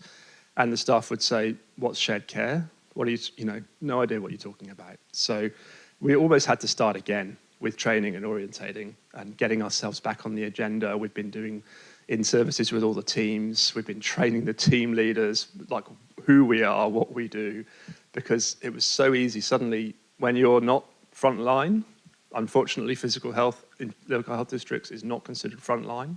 We're an extra service, and it just dropped off the radar completely. So we're just getting in people's faces again, basically. Yeah, no, it is a real challenge, as you point out, re-establishing the good culture that you did have around inclusion of physical healthcare. So yeah. I think that's work that needs to be done in practically all places, but it is also an opportunity to establish new things as well with the change. So that's great. Were there any questions from the audience? Randy, hand straight up there. I'm Terry Slevin from the Public Health Association. Andrew, thank you for that fascinating content and context. And then my question, Andrew, is about context. And I noticed your title and you talked about the issue of re-engaging after the pandemic. My question is about your awareness of similar kind of programs across the New South Wales system and also the extent to which they might exist elsewhere. My guess is the role, the unit you lead, is a relatively uncommon one across the health system within Australia.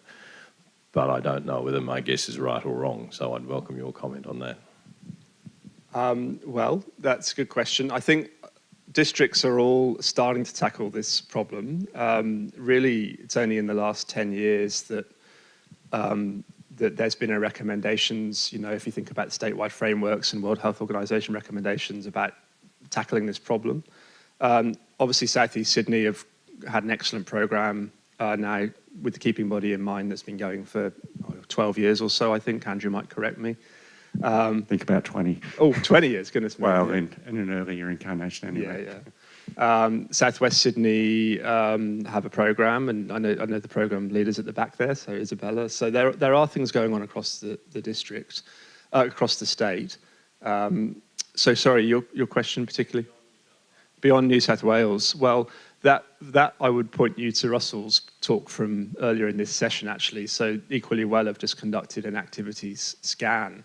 So, I'm not an expert. I would say I'm not just to blow my own trumpet or the programme's trumpet here, but when I engaged in the activities scan with one of the Equally Well representatives, they thought that the programme we were offering in Sydney was basically top of the ladder.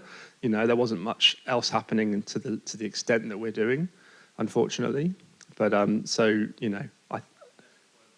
yeah.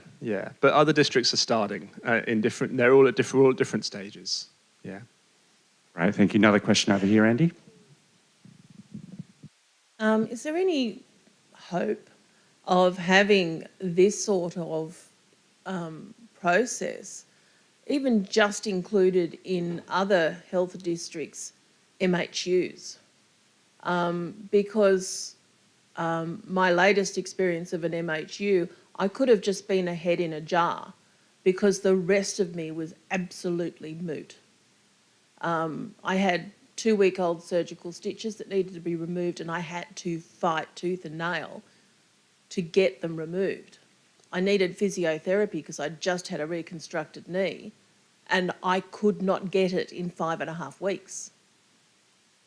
Even with the psychiatrist putting in a referral for me to have physiotherapy, because it was playing on my mind in such a degree. So I felt like I may as well have not been there. I could have just checked my head in and gone about my way, because there was absolutely no integration whatsoever. Nobody wanted to know that I was a person with a body at all. Oh, very sorry to hear that. I mean, I hope that health services are attempting to do better. The concept of integrated care has really been growing in the last 5 or 10 years. And in the last 2 years, yeah. So, yeah. Not getting to the coast, okay. Or Tasmania. Right.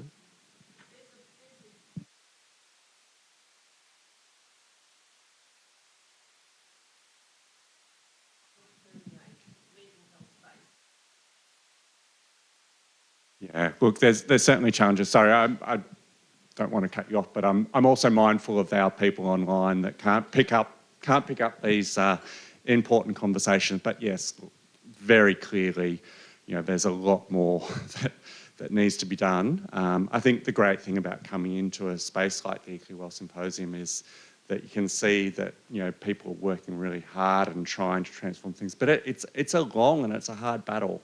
But there's lots of good people putting a lot of effort into it. These experiences where it just doesn't exist. And it's sort of like a beautiful world where it doesn't happen in other places. Yeah.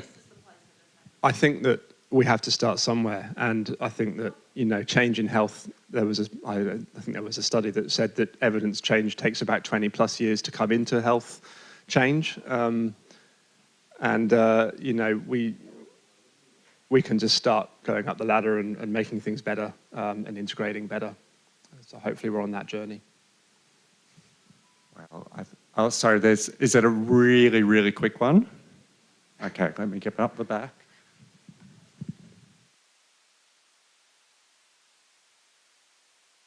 Hear this, we have to start somewhere. All the time, I have done for the last 50, 100 years. But in this year's symposium, the consumer input is palpable, so I've got a lot more hope. Really good point. Thank you. Great. Please thank Andy for me on a great presentation.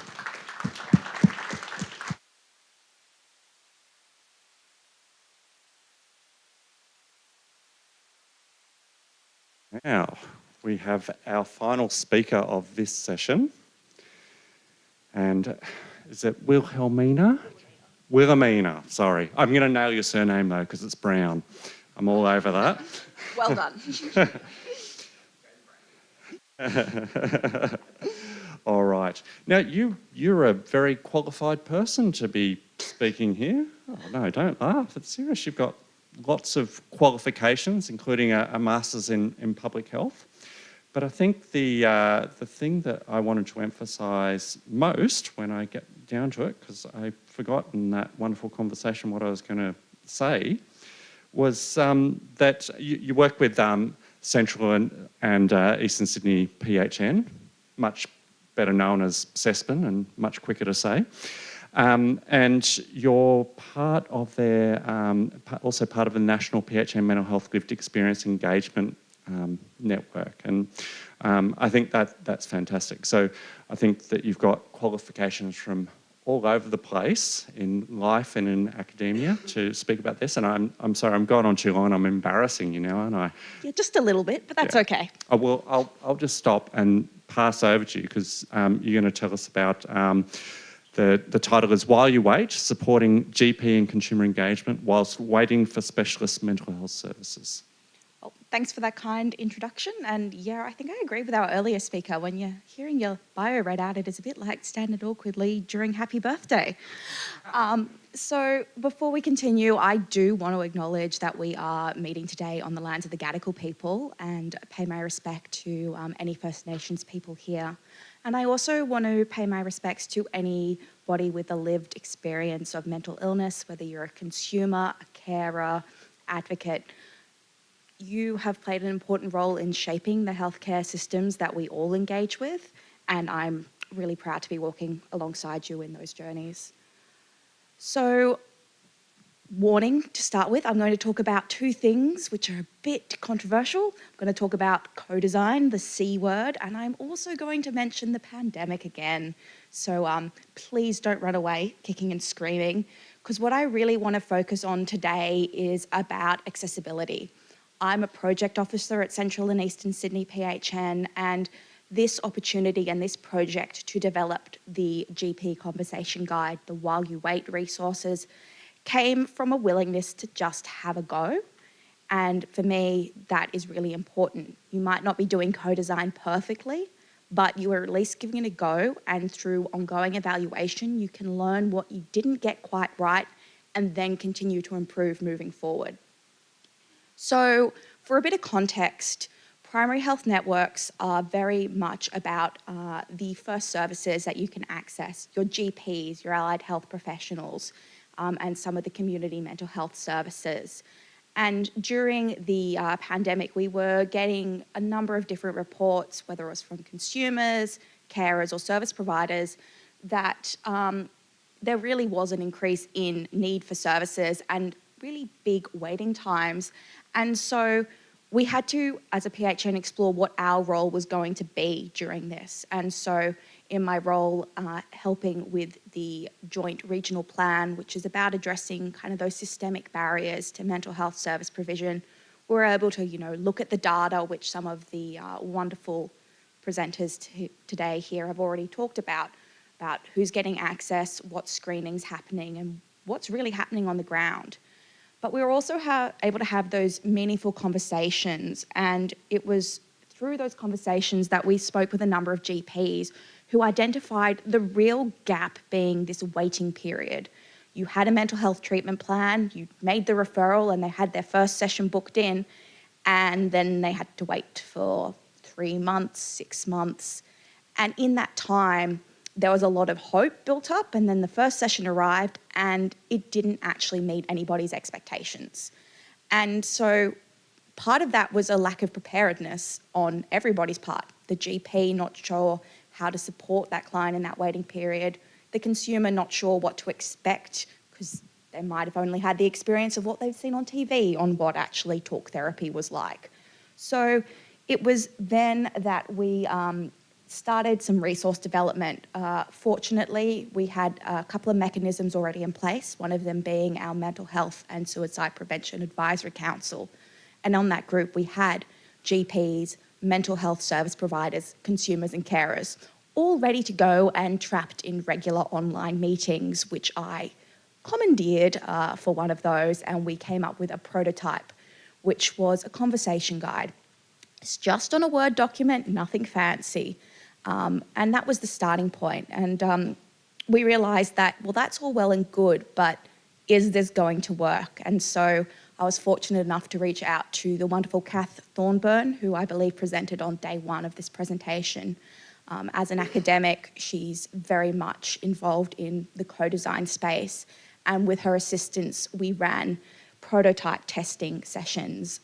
So this was a chance, again, for consumers, carers and GPs to sit down and workshop what initial appointment would be like. Will this resource be useful? And based on their kind of conversations and the recognition that we needed to jazz things up a little bit, we then brought on a graphic designer to kind of finalise the resource. And the resource, as you can see on the screen, was then published on our website, and it sat there for a year. I had a little bit of downtime, and so I figured, is this actually being used? It's been sitting there for 12 months. What can we actually glean from this resource? And so my first step I thought was going to be really simple. I was going to reach out to our marketing team who looked after the website and just figure out how many clicks, how many downloads did we have. This actually opened a can of worms, and we realised for the 12 months that we weren't actually able to get downloads, but only page visits. And on that page, there were 9 separate resources, all for a variety of audiences. So really not helpful for us in actually getting a sense of who is using this. So we had to be creative. And so that's when I started doing deep dives into the internet, which can be a scary place, but I was fortunate enough to be put in contact with one of our GPs who said, I'm part of this private group. There are 1,000 GPs from across Australia, and someone who's not involved in this project has actually linked to it. And there's now this whole conversation thread going about how you could use this resource.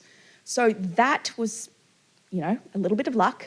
So I was able to pull that information as well as the feedback we'd received, because we'd included an email address on all of these resources asking for feedback. And so a basic thematic analysis, nothing fancy, we were able to conduct. And so looking at that real qualitative feedback, the messaging we got was that this would be really useful for people who are first starting out on their mental health journey.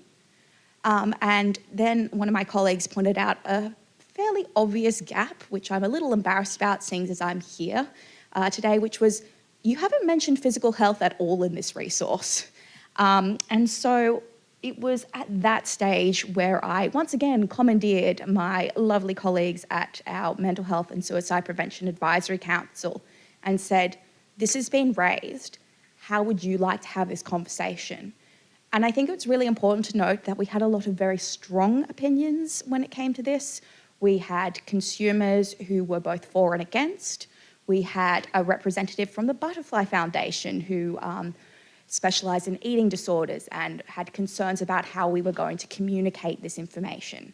And so what was a one-off session ended up being a two-off session, and then some interviews, I call them interviews, they were more phone calls where I recorded the conversation, again, thematic analysis, pulling out those really useful bits of information, and created a whole new section on that first resource, which is now available on the website for version 2, now including information on number of downloads received, so that in a year's time, when I go through this evaluation process again, we'll really be able to have a look at that reach. So for me, I think what this really summarised is about those principles of co-design. The fact that you need to be willing to collaborate respectively, empower people to have their own opinions and have those in a sensitive and safe environment with respect and openness, and be willing to admit when you've got it wrong. And so I think one of our strengths as a PHN has been the fact that we do have these ongoing mechanisms where we can continue to gather feedback from people in our region, and we can continue to build that into our quality improvement cycle. So To wrap up, I do want to say a massive thank you to everyone who's been involved. Some people, it was just a 5-minute conversation on the lift. Other people contributed significantly more of their time, but all of them have helped shape this resource. And it is through that evaluation process that I think we've continued to improve this handout. And so the next phase for me, when I have some time, will be to continue to gather that information and really see how this is working in practice and if we can further refine.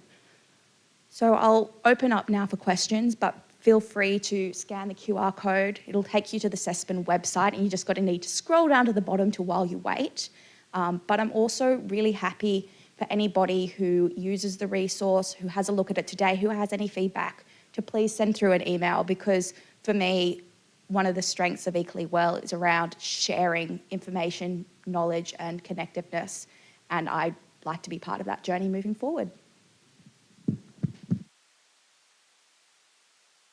Thank you so much for a fantastic presentation. It really heartens me when I see real world quality improvement going on, where people are really evaluating what they're doing, saying, can we do it better? Because unfortunately, in so many services, we just keep doing things the same way we've always done, because that is the way we've always done it. So we need much more improvement processes and reviews, and using things like PDSA cycles. Were there any questions that we had? Yes, straight up. Carolyn, I'll just get you the mic. Hang on, I'll do my giraffe running impersonation again. Thanks. I think this is a great resource, and it's a thing that GPs dearly need, because waiting lists are getting longer and longer. I'm just wondering whether you've thought of sharing this with the Department of Health people who are doing the Head to Health website redesign, because that's now they're trying to make that more kind of how to get help in the real world as opposed to just the digital world. And they've actually created a thing that says once you've done the quiz, you go, here's some stuff you could go to your GP. This is kind of really good homework that they could be given through that website as well. Have you had any talks with people about expanding it more widely like that?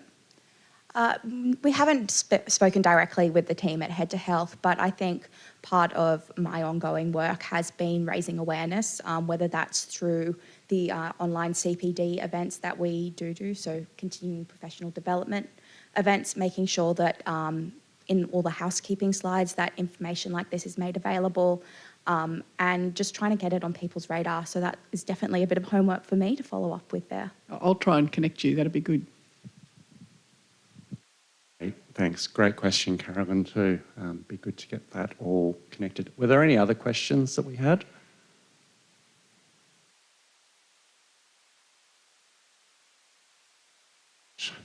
Great. Thank you so much again. Really, really good stuff, and great to see. Thank you. Another round of applause, please. That brings to conclusion this particular session. The next session is going to follow on in this room. Is there any time gap between that, Lee? 5 to 7 minutes if you want to stretch your legs, but come back in, because we're going to bring everything all together, and it'll be a great final session.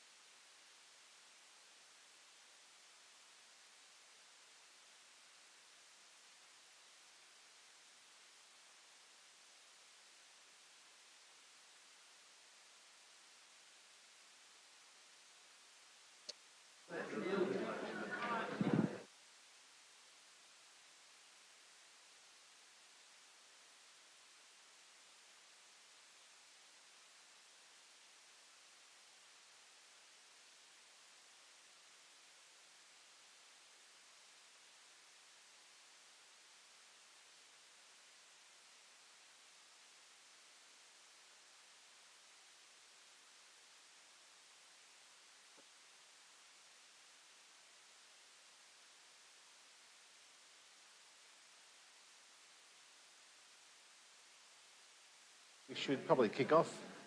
John?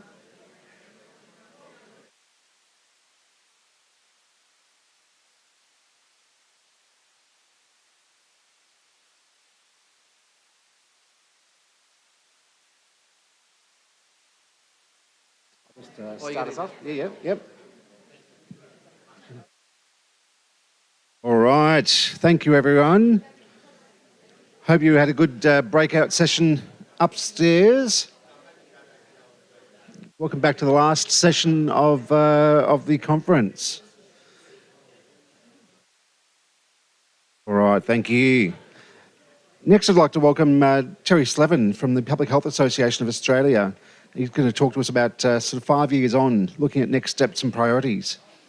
Adjunct Professor Slevin is a regular media commentator on all aspects of public health and cancer, ranging from causes and early detection to broader chronic disease prevention, including nutrition, physical activity, weight control, alcohol, sun protection, and even gun control. Professor Slevin holds a Master's in Public Health and honours in degree in psychology, as well as serving as the chair of the Cancer Council Australia's Occupational and Environmental Cancer Risk Committee. Mr. Slevin has previously chaired Cancer Council's Skin Cancer Committee, and was the founding chair of Nutrition and Physical Activity Committee, where he served for 10 years. He's contributed to the planning for the Union for International Cancer Control and the World Cancer Congress from 2012 to 2016, and was co-chair of the Scientific Committee for the World Cancer Congress in Kuala Lumpur in 2018. Welcome, Mr. Slevin, to the stage. Thank you. Thanks very much. I was just saying, I feel firstly greatly privileged that you're all still here. I was mentioning to John that I think I've run about 25 conferences over the last 5 years, and the fact that you're still here for the final session is testimony both to your commitment and to the organiser's skill of putting the show together. But before I go too much further, I want to acknowledge the traditional owners of the land we're meeting today, the Gadigal people of the Eora Nation. I grew up north of here on Awabakal country. I've lived on the west coast of this great island in the land of the Noongar people, and I now live in the land of the Ngunnawal and Ngambri people, otherwise known as Canberra. I'm greatly privileged for the invitation, so Russell, thank you for the phone call. I was sitting looking at Lake Burley Griffin, taking a bit of a break in the middle of the day for a bit of a mental health rest, while eating in my car because it was too bloody cold in Canberra to get out. And Russell, who I'd never met before, kind of spin this yarn to me, and I said, well, Russell, I'm in Sydney the day before, so if I can help out, I'm happy to do so. And so I start with a really important slide, and that's a disclaimer. And the disclaimer is you're the experts in this topic, not me. I don't pretend for a moment to be a mental health professional or expert in any way. And so thinking about and delivering this talk was very daunting, I have to say, because I'm very conscious that there are respected protocols, language that you use that's been carefully debated over many years to ensure appropriate respect to all of the participants, all of the expertise, the people with lived experience. And this isn't my world. So I'm going to ask you in advance to forgive me if I stumble into inappropriate territory. So, but also in thinking about that, thinking about the fact that I've been talking about health for 40 years. And there was a level of anxiety in my little soul that said, this ain't my patch. I'm not sure I know how to talk to these people. And that by itself tells me something. And we saw the slide yesterday about the severed head, the treating the head versus treating the body. And I still think that's a fundamental problem with the fact that me, with 40 years and the experience that I've had, has a kind of an abiding anxiety of having confidence to talk to you people. I want to learn, and I'm sure, and I have already learned more than I suspect in part. So thank you for allowing me to come along. I was able to sit in the session late yesterday with Joe coming in from Manchester and some of the sessions this morning. But it's kind of reinforced my thinking, and so I'm going to deliver a few messages today. I hope they're constructive and useful because I bring a public health toolbox. Of all the people in the room, happily I've got a history with one. Jenny Bowman's over there. Jenny and I did undergraduate psychology together. She must have been a child prodigy of about 9, because it feels to me like it was about in 1857. But Jenny was much smarter than me. She always got high distinctions, and I was badly behaved at the back of the classroom. And has gone on to have an outstanding career in public health that's worked into the mental health area, and I'm sure I can learn a lot more from Jenny. But I have kicked around the public health world for quite a while, and my role in Canberra allows me to go up and visit the big house. I've got one of those orange lanyards, which allows me to wander the corridors of Parliament House and meet the politicians and stop them in the corridors. The term lobbying comes from the fact that you actually do meet them in the lobby as they walk across and picking up their coffee at Aussie's back to their office, going across from their office into the chamber, etc., etc. And I do that. I bowl up to them and start having a chat. And it is the most fun you can have with your pants on, I've got to tell you. For the simple fact that you learn that these are people who do, like you, they put their strides on one leg at a time, and most of them genuinely want to do good things. Now, you've got strong opinions about politicians, everybody does. But my experience is, regardless of the side of politics, and there's some that none of us like, okay, I'll accept that, and there are some duds, but the simple truth is most are there for good reason. Well motivated to want to make good things happen. Emma McBride came here on Tuesday morning. Lovely, lovely woman, pharmacist, mental health specialist, worked at Wyong Hospital, has worked at various public hospital pharmacy roles. There's a genuine commitment, I think, in the mental health field. And I think she is and will continue to be a wonderful minister in this space. But one of the things I've learned is that getting action in government is tough, because there's enormous, genuinely enormous competition for attention, for resources. And that's the point where I want to deliver one of my key messages today. And that is, you've done extraordinarily well as a mental health community to make the progress that you've made over the last 10 years. And I've observed that as a player in the kind of health space. It's undoubtedly the case that there's been enormous progress over the last 10 years. So I'm going to ask you to give yourselves a round of applause, because you genuinely deserve it. Look over your shoulder and recognise the progress you've made, and I'm going to encourage you to do that right now. So well done.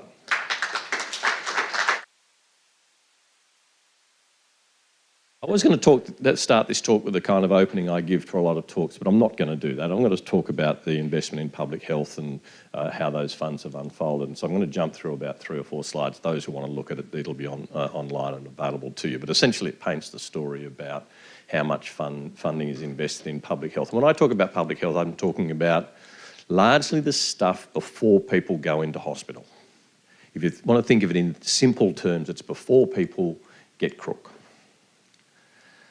And I genuinely believe we need to be doing more about investing in preventive public health. That is, knowing and applying the evidence and science we have to reduce the number of people that get sick. Pretty simple concept. And we don't talk about it in simple terms, and we need to do more of that. This is just a capture of the expenditure of public health over the last probably 10 or 15 years. And the kick up at the end, obviously, is the start of the pandemic and the expenditure in the testing protocols and so on and so forth. And then it will probably rise again in the next couple of years when the introduction of vaccines and the like were brought in. But still, I encourage you to note, from a base of, around 1.5% to 2% of health expenditure, and kicks up to close to 4%. There's a commitment that was established by the West Australian Government through the Sustainable Health Review to aim for 5% for funding for public health in that state by 2029. It's the only jurisdiction in Australia that's done that. Hasn't done much to achieve it so far. And we've recently written to the Premier to remind him that that's the case, and we want to see that happen, and we'll be watching, and we're looking for reporting to see that comes about. One jurisdiction that's committed to it, none that have done it. All are being encouraged to work in that direction. Some of that, if it is an additional resource in health expenditure, should go in mental health prevention and promotion, as well as efforts to improve the physical health of people with mental health conditions. Now, you've heard and you know, I don't need to tell you all of the inequity, the difference in physical health outcomes for people with mental health problems, and we've been conscious of that for some time.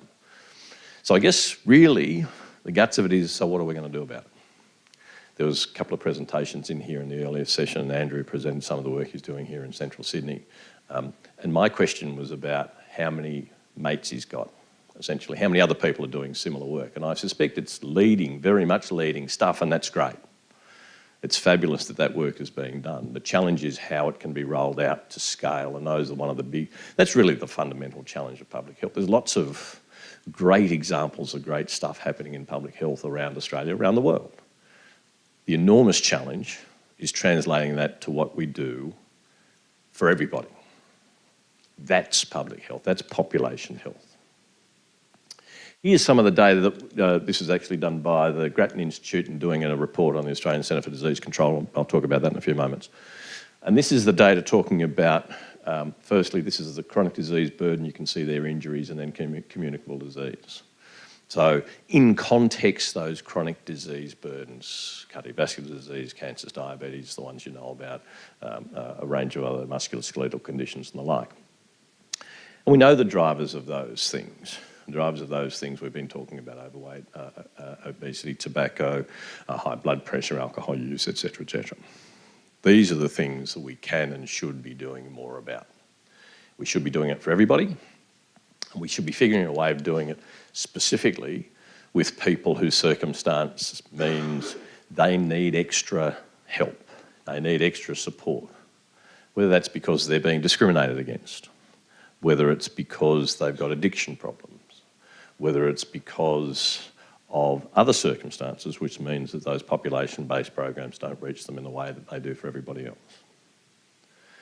I was involved in advocating for the establishment of and then putting together the National Preventive Health Strategy, and that's something that you might want to be conscious of. Actually, and before I go any further, one of the things that I have to tell you, and this is a confession, I'm not sure Russell and I made it, was when he started talking to me about this, I thought, oh, what's that? I only heard about it when Russell called me to ask me to come and talk about it. Now, that's my fault, not yours, but what it does is illustrate that there's a whole lot of work that needs to be done once these ideas, these notions, these documents, these well-argued cases then need to actually have an impact. It's what I call a sales process. You've got to sell your idea, and that's what I do in Canberra every day. Now, of course, in your sales process over the last 5 years, and this is meant to wrap up the conference, you've had a pretty big hole in the program called the pandemic, which has kicked everything into the long grass for at least 3 years. And I saw evidence from Andrew's presentation and other talks that I've seen that it's starting to come back to whatever business as usual is going to look like.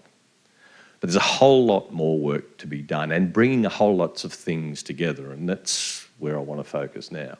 So the reason I was in Sydney was a conversation with the Australian Academy of Health and Medicine, just at an institution down the road at the University of Sydney. And we had a full-day meeting talking about where this was going and what we need to do to actually make something happen, because this is in the same category as the Equally Well work, and that is great document, well thought out, evidence-based. So what are we going to do about it? So far, the answer is not much. So the challenge is translating into a reality. But within that, there's some specific recommendations and there's specific areas of focus and action. And there's been some progress. I mean, we know about the efforts in relation to tobacco and vaping, and this government has genuinely done what I call cut a path through the bush. It said, here's a package of measures that will genuinely shift the dial. It's not just one thing. It's not just a program to support cessation. It's not just a program to focus on Aboriginal and Torres Strait Islander smoking issues. It's not just lung cancer screening. It's not just regulation of vaping. It's not just taxation. It's all of those things in a combined, serious set of measures which will shift the dial. And on that front, and it's been mentioned a few times, and I'm very aware of you being conscious of it, ensuring that that is of relevance to everybody, and in particular focus of relevance to people who have high smoking rates and people with mental health conditions, and most certainly in that category. So the challenge is to translate not just that substantial piece of work where there is a commitment and some genuine head of steam, but in all of those areas, access to health services, physical activity, cancer screening and prevention, immunisation, and I've heard all of those things mentioned in this room over the last day or so that I've been able to participate. Oh, actually, I'll go back. So, for me, in thinking about this, and the great opportunity to talk to you today has forced me to think about some of these things that I haven't wrapped my head around much in the last, few years. And that is, how do we prosecute these priorities while bringing on those with mental health challenges? How do we walk and chew gum at the same time? That's the challenge. Firstly, it is important to understand that you've got to focus on the whole population. And I guess the scenario I paint here is, my first work in public health was in tobacco, and it used to be, and this is a long time ago, that the focus was, let's fix the kids, let's stop kids from smoking. And of course, we very quickly worked out the tobacco industry was delighted with that as a strategy, because they full well knew that if you talk to kids and say, listen, Sonny, you can't start smoking, that's bad for you. And Junior looks up and says, well, there's Uncle Fred, and there's, there's Granddad, and there's Mum, and they're all lighting up. Why are you picking on me? People live within a community, within a society, and that drives people's behaviour. So if you pick one subgroup out of the community, whether it's kids or people with mental health problems or anybody else, and say, you need to fix this, they're going to look around and go, why are you talking to me? So a whole population approach is fundamental to the way I think about health. And I think that's fundamental to how we're genuinely going to make progress, and it's my belief that that's very much the case in most of the areas where we have genuinely made progress. But having ensured and established and embedded that approach, the second question is that how do you ensure that you capture everybody and make sure no one's left behind? And people who work at the population level have a commitment to that. We talk about that stuff all the time. The conversation yesterday at Sydney Uni about all this preventive health stuff, constant theme was, how do you do this in a manner that minimises inequity? That is, the difference between the haves and the have-nots. How do we do that? How do we embed that in the research programs? How do we embed that into the delivery programs? And that's where we need to learn from you. We need to have an open dialogue, a capacity where we can do our stuff better because we want to, and you can see the outcomes that you're looking for. But at the same time, what are the things that we've learned that might have an impact on the way you do what you do? It's a two-way street. And that's what's going to serve people the best, in my view.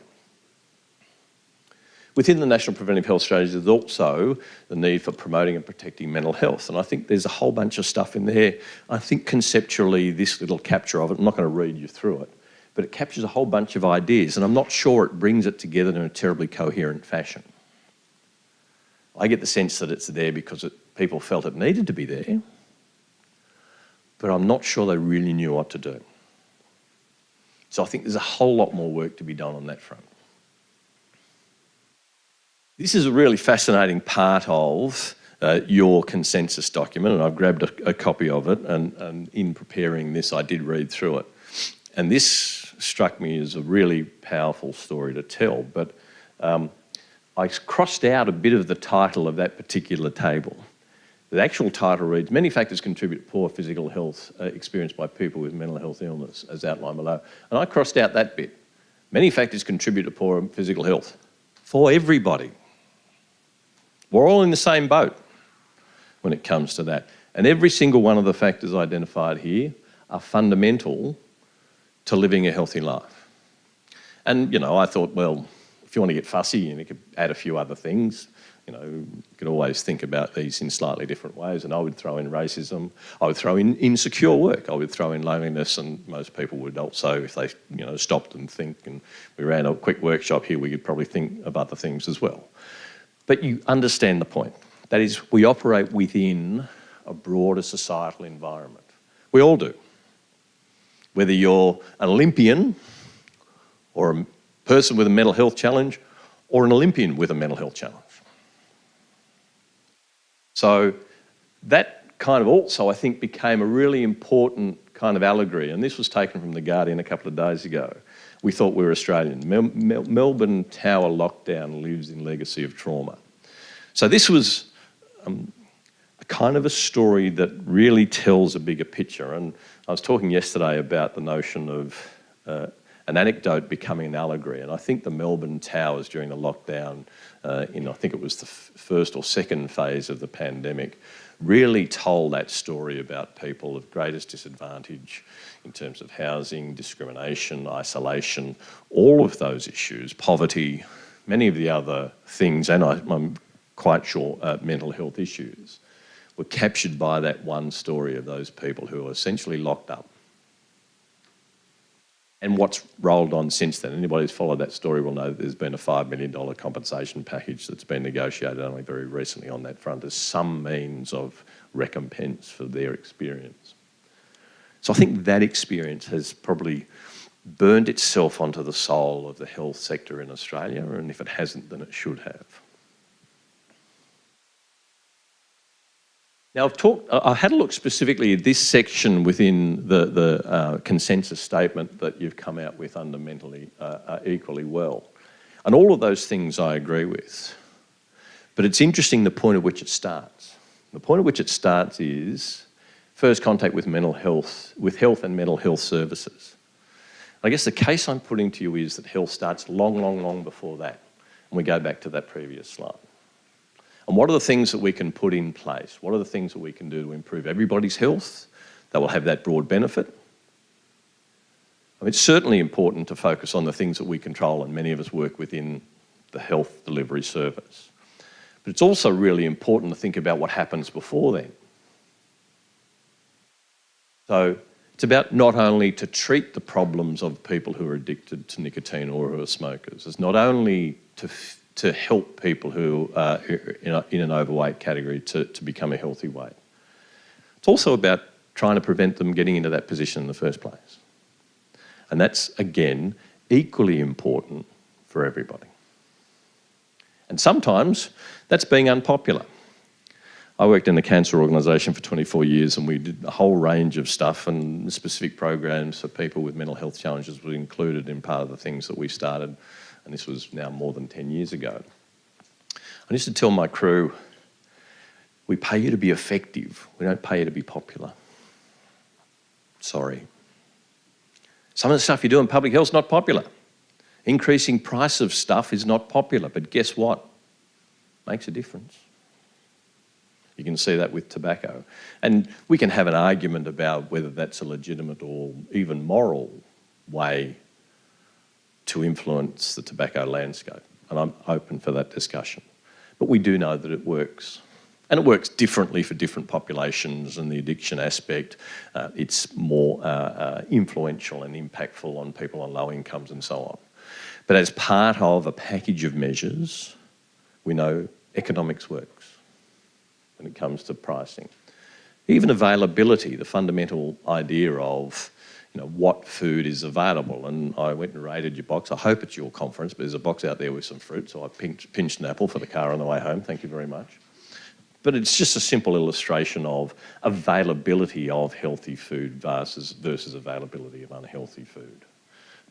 Walking the talk. Really interesting challenge when we were at my tobacco control program in Western Australia. We saw this important function of addressing those people who had whatever challenge it might have been, mental health, discrimination, etc. And the program looked at the drug and alcohol sector and going into the policies of the drug and alcohol sector and the phenomenon of, sitting down with a client and having a smoke and having a good chat as a way of engaging, as a way of starting a difficult conversation. Now, I understand how that's evolved, but is that the kind of message a service or a facility of that kind can and should be sending? Or should they be joining that movement to smoke-free areas? You can't smoke in this building, many other places. What signal does it send if you're in a health facility changing the rules because whatever reason, because that's the way it's been done before? So again, those kind of challenges exist as well. But also walking the talk in terms of policies about alcohol consumption and serving alcohol at conferences and so on. That's one that we've put in place in the Public Health Association, and most people accept it pretty readily. But there's always some pushback, mostly from my friends in the communicable disease sector, which is another interesting story. But there's also issues about challenging the things that are going on within society. The advertising and marketing of vaping, walk around this district, I still see signs up for vaping products around the place, etc., etc. Gambling, junk food, the availability, that is washing our system. Now, actually, what I'm going to do is quickly jump through because I want to do this one and then go back to the other one. And now that I started talking about those environments, this is an extraordinary example of a public health policy. Well, it's a public policy that's gone absolutely desperately wrong. Australians are the biggest losers in the world. The biggest losers in the world by a very long way when it comes to gambling. It's a national shame. It's a disgrace. And yet we allow that to evolve because lots of people are making lots of money. And corruption is at play. Government policy has been corrupted. In this state, the last state election, there was two sides offering different policies, and the one that offered the worst policy on poker machines won the election. Money talked really loud. And who's putting their money down the neck of the pokies? The most vulnerable people in New South Wales. To a stonking degree. To a disgraceful degree. And it's all okay because it keeps the clubs going. And it's all okay because it might create jobs. Bullshit. It's wrong. It's morally wrong. And we have got this desperately wrong. So I'm really keen, and you know better than me the roll-on effect, the impact for people with mental health issues and the like. Taking money out of their pockets that should be spent on things that are far better for them. Sorry, I'll stop ranting about that. That's one of my hobby horses. But the numbers are there in terms of, just to simply make the point, per capita market, think of it in those terms, who's making the money, to the nearest Australian dollar, 332 per Australian per year. And there are many, many, many people who are in thousands and some in the tens of thousands of dollars. So this is just on a per capita basis. Australia way out in front. If you ran one of the international swimming meet races by this margin last night, then people would be lauding you as a national hero. Sweden, Ireland, Finland, UK, Denmark, way, way, way behind the amount of money that Australia... This is just online gambling. And we know there's different policies across different jurisdictions with regard to pokies, and I'm happy to talk about more detail about that. So this is an example where I think this is a mental health issue. So we need to get better at talking to you, and we'd really welcome you getting on board with us, because together we are stronger. Now, I'm going to talk about another opportunity that's come up only last week, and those of you who've been watching will have seen the wellbeing budget announcements that was made last Thursday. And I think this is an extraordinary opportunity for public policy in Australia for all of us who want to make the world better. We're all we all want to save the world one way or another. In your own particular sphere, you want to save the world. The people closest to you, your community, whether it's in central Sydney, whether it's policy that affects all of the people in New South Wales, whether it's national policy, whether it's the people just in your facility. But all of that is driven by the resources that allow us to do that job. And if we have a fundamental rethink about the way public resources are applied in Australia through this framework, we will be a better place. It's not going to be quick. It'll take years, probably decades. We've got a government that's probably got at least 2 terms in them, maybe 3, maybe 10 years. But the thinking coming out of Treasury that thinks about the outcome for the health and wellbeing of the community and frames the allocation of resources through that channel, bring it on. But these are the Treasury.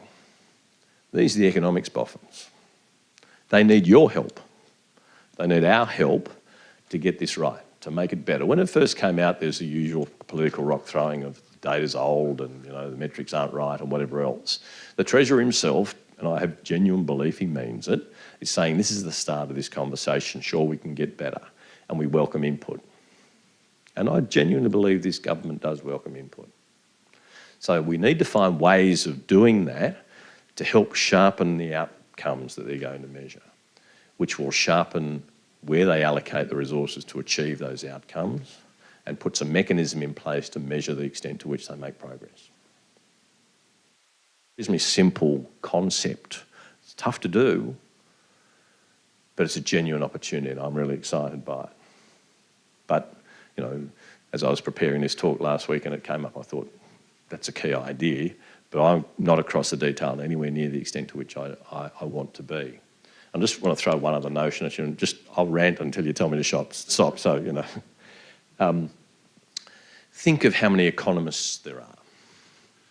You know, one might argue, and if anybody of you have got kids and they're studying and you want to encourage them to study somewhere where they're going to get a job, encourage them to study economics. There's a big demand for economists. So there's probably not enough economists for the demand that exists. Within that, very few of them have a focus on health. And those who do focus on health, the health economists, primarily focus on where most of the money's spent, and that's in the treatment sector. So the economists who know about health and public health and prevention, there's literally probably about 6 or 7. There's not many of them. But it's a sphere of expertise that needs to play into this framework to genuinely make a difference and shift the dial. So that's something I'm excited by. Those are some of the measures that I've been identifying and some of the things you've been talking about today: access to care and support, access to health services, life expectancy, we were talking about that this morning. Mental health is in there as one of the 5 things they've identified, and so too is prevalence of chronic conditions. So this is actually really directly in our wheelhouse. And you might not feel confident as an economist in the way I might not feel confident to talk to mental health experts. But having an understanding of this, thinking about it and helping to form the ideas is a really, really important opportunity. I've ranted about it, gambling. I'll jump over that.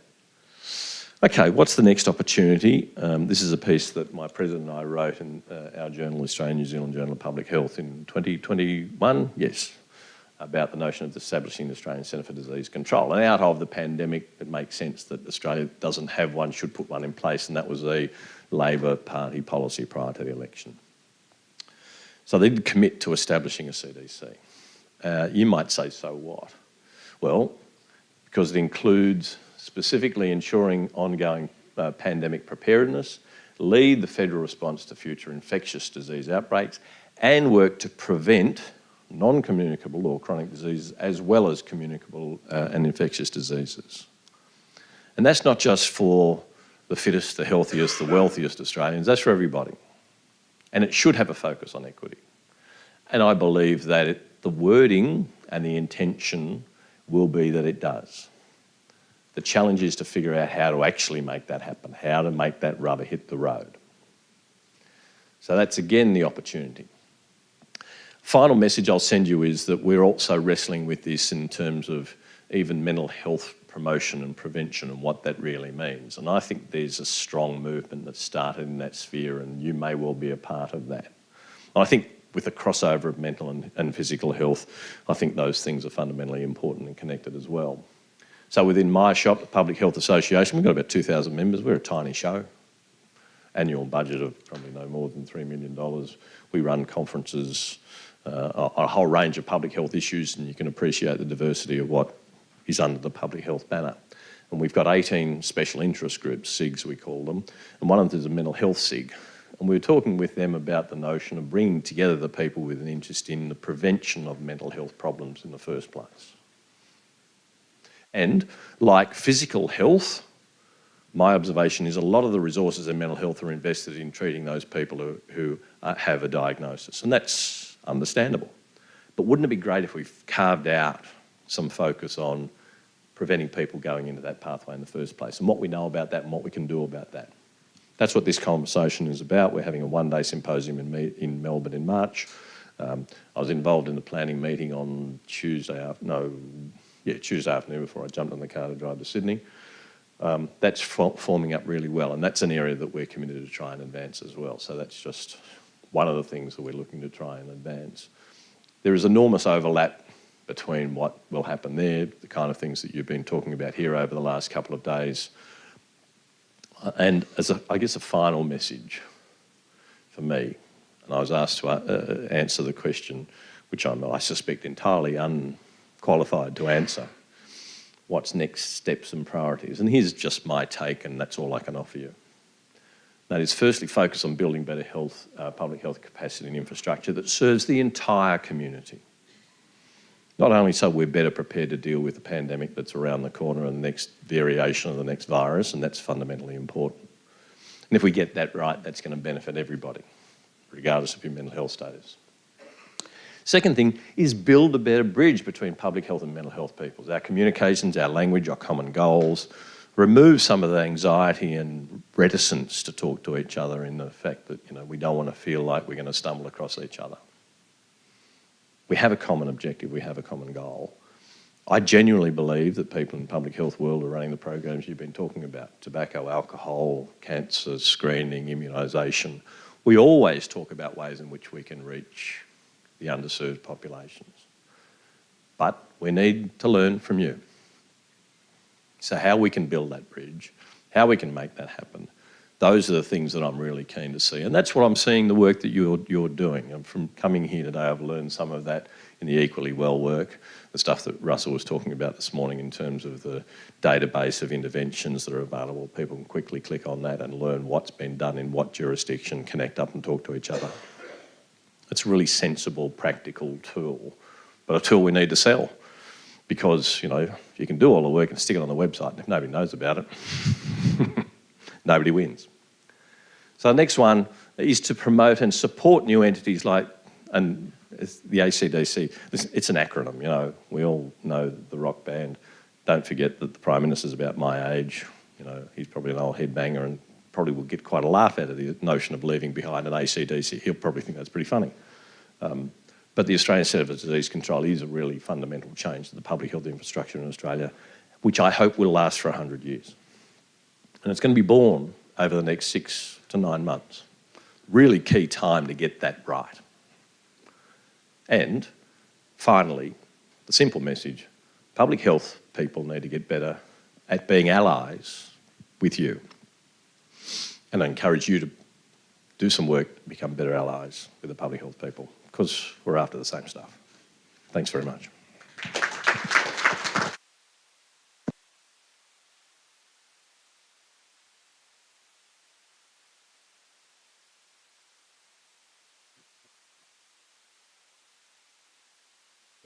Questions at this point? Got one back up here. I'll do the running. You do the... Getting prepared. Thank you for that. It's really nice to see people of power taking some interest. And all those things you're talking about, availability, all those things, they're fantastic but irrelevant for people with mental health issues because they have no consequence.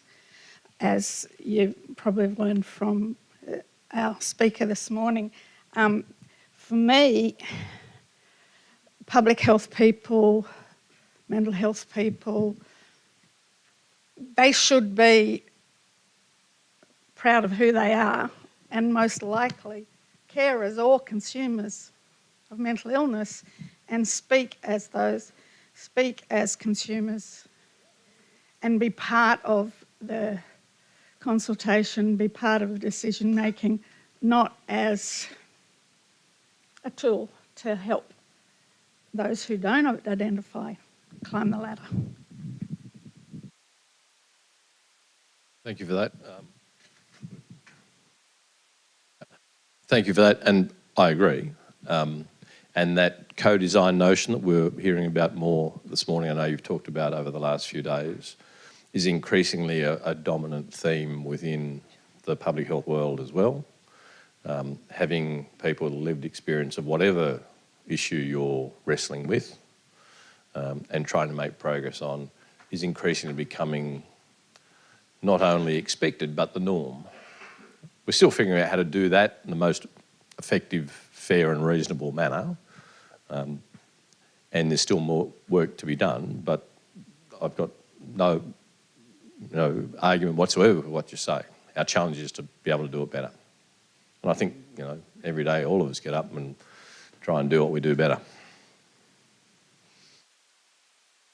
Some over here.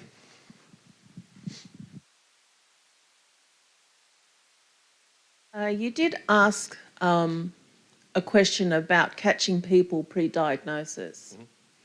And I think if you consult with the neurodivergent community, you would find that we all have comorbid mental health issues.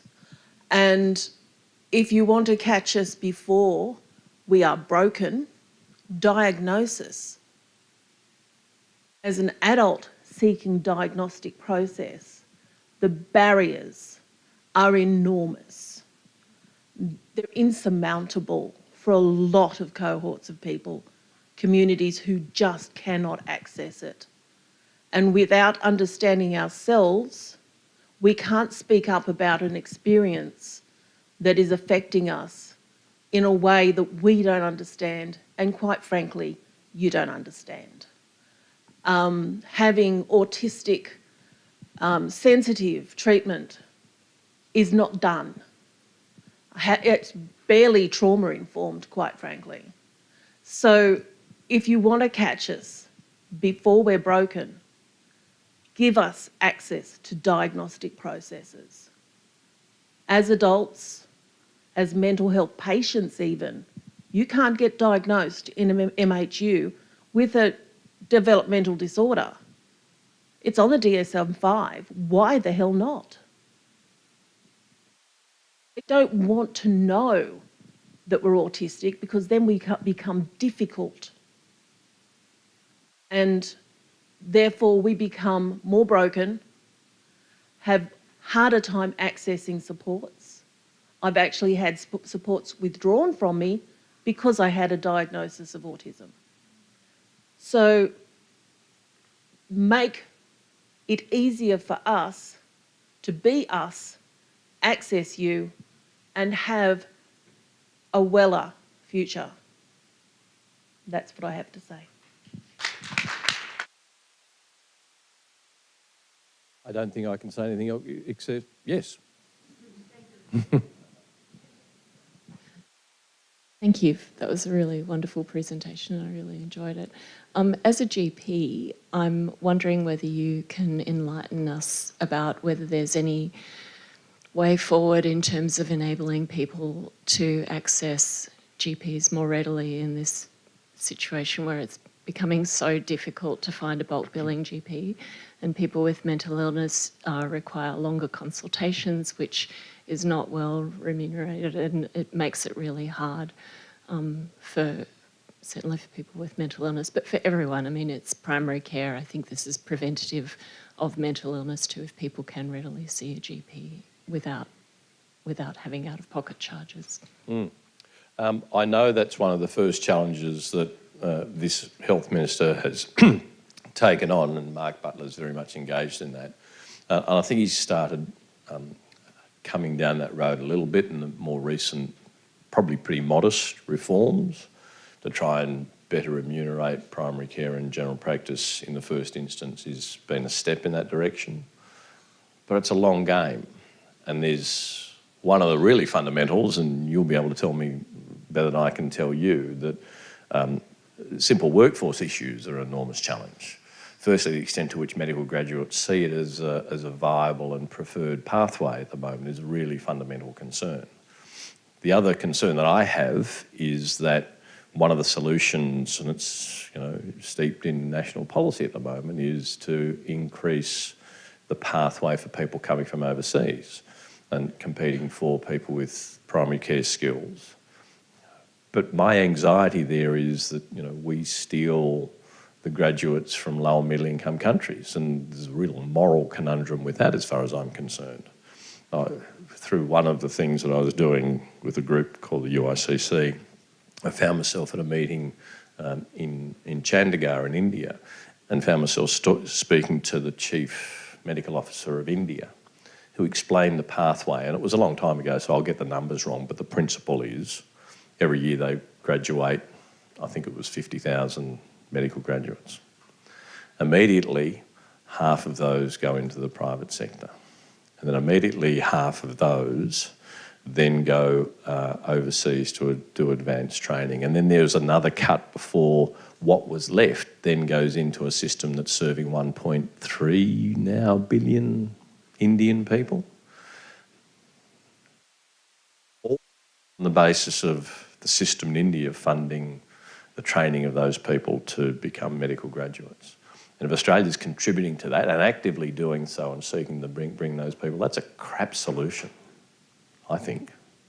So there's an issue about how we better train and then provide a well-remunerated and legitimate pathway into general practice and build in the skills that you were talking about in terms of that training program. So there's a big challenge for the institutions along this strip, how many of them are training medical graduates and in this town, and where they can build that training program to include those kind of issues.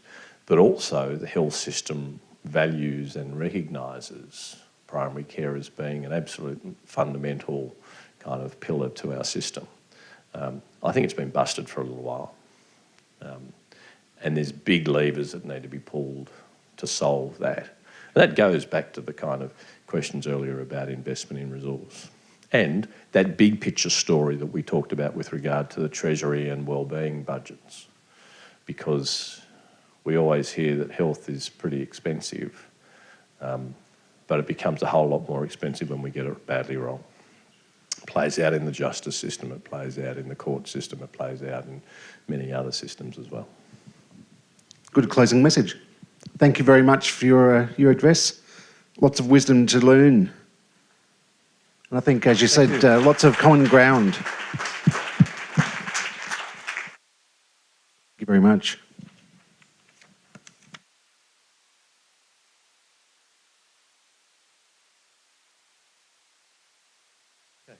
Thanks, everybody. That's the end of the formal program, but just to remind people that this afternoon we've still got a number of workshops, and for those enrolled, please stay on, but for the rest of you, this is going to be our end and final point, so thank you. Thank you again to Terry. I just want to make one comment. One of the things I'm doing with some international groups is talking about public mental health, which is that combination of mental health and public health, and I'm involved in a World Psychiatric Association group promoting that, and we've started to join now with the European Union group on public health to try and get a crossover. I think it's a term we might start to use in Australia a bit more. I think that's what you're describing and what we've actually been trying to do in a particular way, and I'll take that up with the Equally Well Committee around that. The program says that I have to remind you about our communications and communities of practice and our website, that there's things going up. We've promised to put a lot of things up, like the award winners up on the website, to do that. And don't forget there's all the resources that we have on the website, the scans, the consumer and carer resources and so on, don't forget that. But just coming back, and at the end of the time, people give these summaries of what's happened over the last 3 days. I can't actually remember the start. So I'm just going to pull 2 examples from today, because what we've had, over time, we've had 2 ministers, we've had 3 symposia, which have been fantastic discussions. We've had that international connection, and we can see how we stack up. We've gone from immunology to epidemiology. We've gone from individual practice and individual experience up to public policy and all around, and it shows a maturity of what we've done.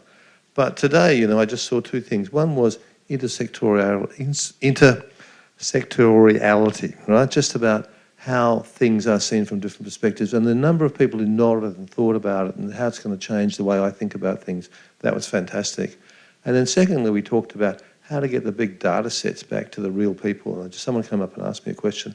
I said, actually, you could ask Grant to analyse that bit for your little place, and that could work out that you'd have some place to start about the problems that you're trying to address. So just, every time I saw something, I learned something. So I thought that was fantastic. This is our 3rd symposium now. I think I've said this a number of times. I think it's worth repeating. Our first one was just whinging. We whinged. Oh, I've got a problem. It's a terrible problem. And we had a number of people who were out there trying to do some things, and they presented, and that was great. This time, I don't know whether we did any whinging. We didn't have to even present the problem. People knew that, and we're actually taking steps to deal with it. And so I'm just really proud of the fact that we had so many fantastic presenters and people involved who understood and were getting the message and were trying to do things. And now it's our task to scale that up and make it better and to do that work. And so we call upon everybody. I had a couple of people come and ask me, how can I be an ambassador? I've got the skills, I want to do these things. Fantastic, great, that's really good. I've directed them all to Russell to do that stuff. But, I wanted to say that it's been a great conference, and so thank you to everybody. But I'm going to hand over to David, who's going to do the thank yous. Thank you, John. I'd like to offer our sincere gratitude to everyone involved in helping us organise this great conference, particularly looking at areas like media coverage, Mark Filmer, Laura Hemming and Justin Chapman. Hey! We've had some wonderful volunteers helping us direct the flow of people and helping us set up and pack up, but Linda Walton and Sonia Diab. Congratulations.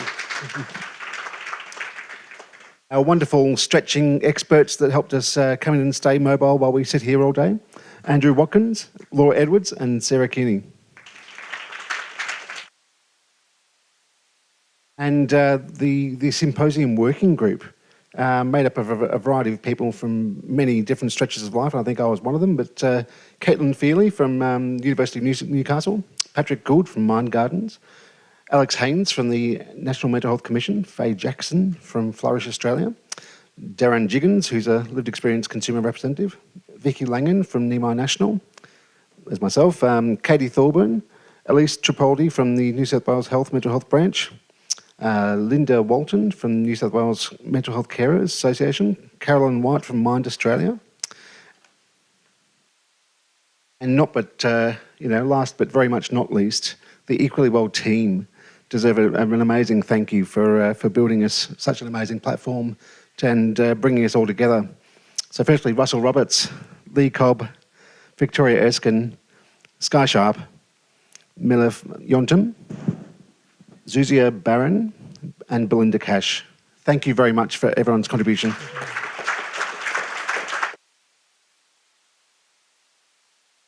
All right, I think it's our duty to officially...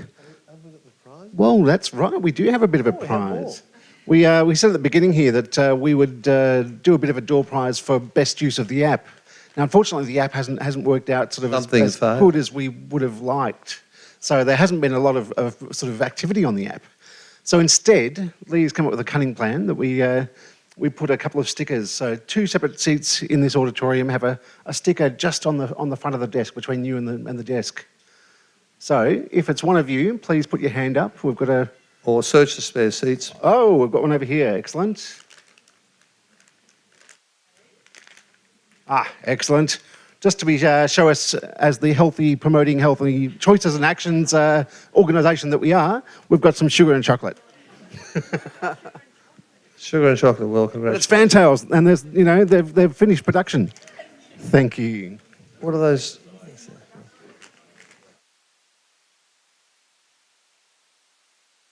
Favourite stuff. Excellent. Thank you. Oh, shit.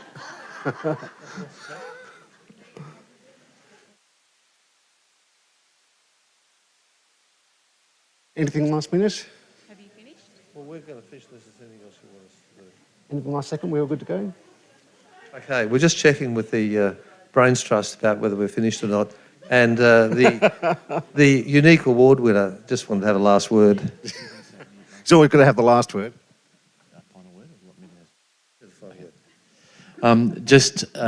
Really just want to shout out to John and Dave.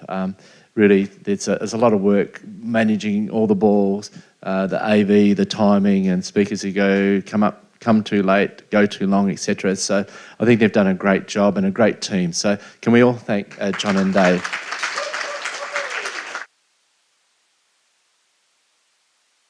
And finally, it is us, remember? Equally well as all of us. Anyone who's committed to this is equally well. You are equally well. So thank you for being part of this. Thank you for being part of this movement. And go well. Thank you.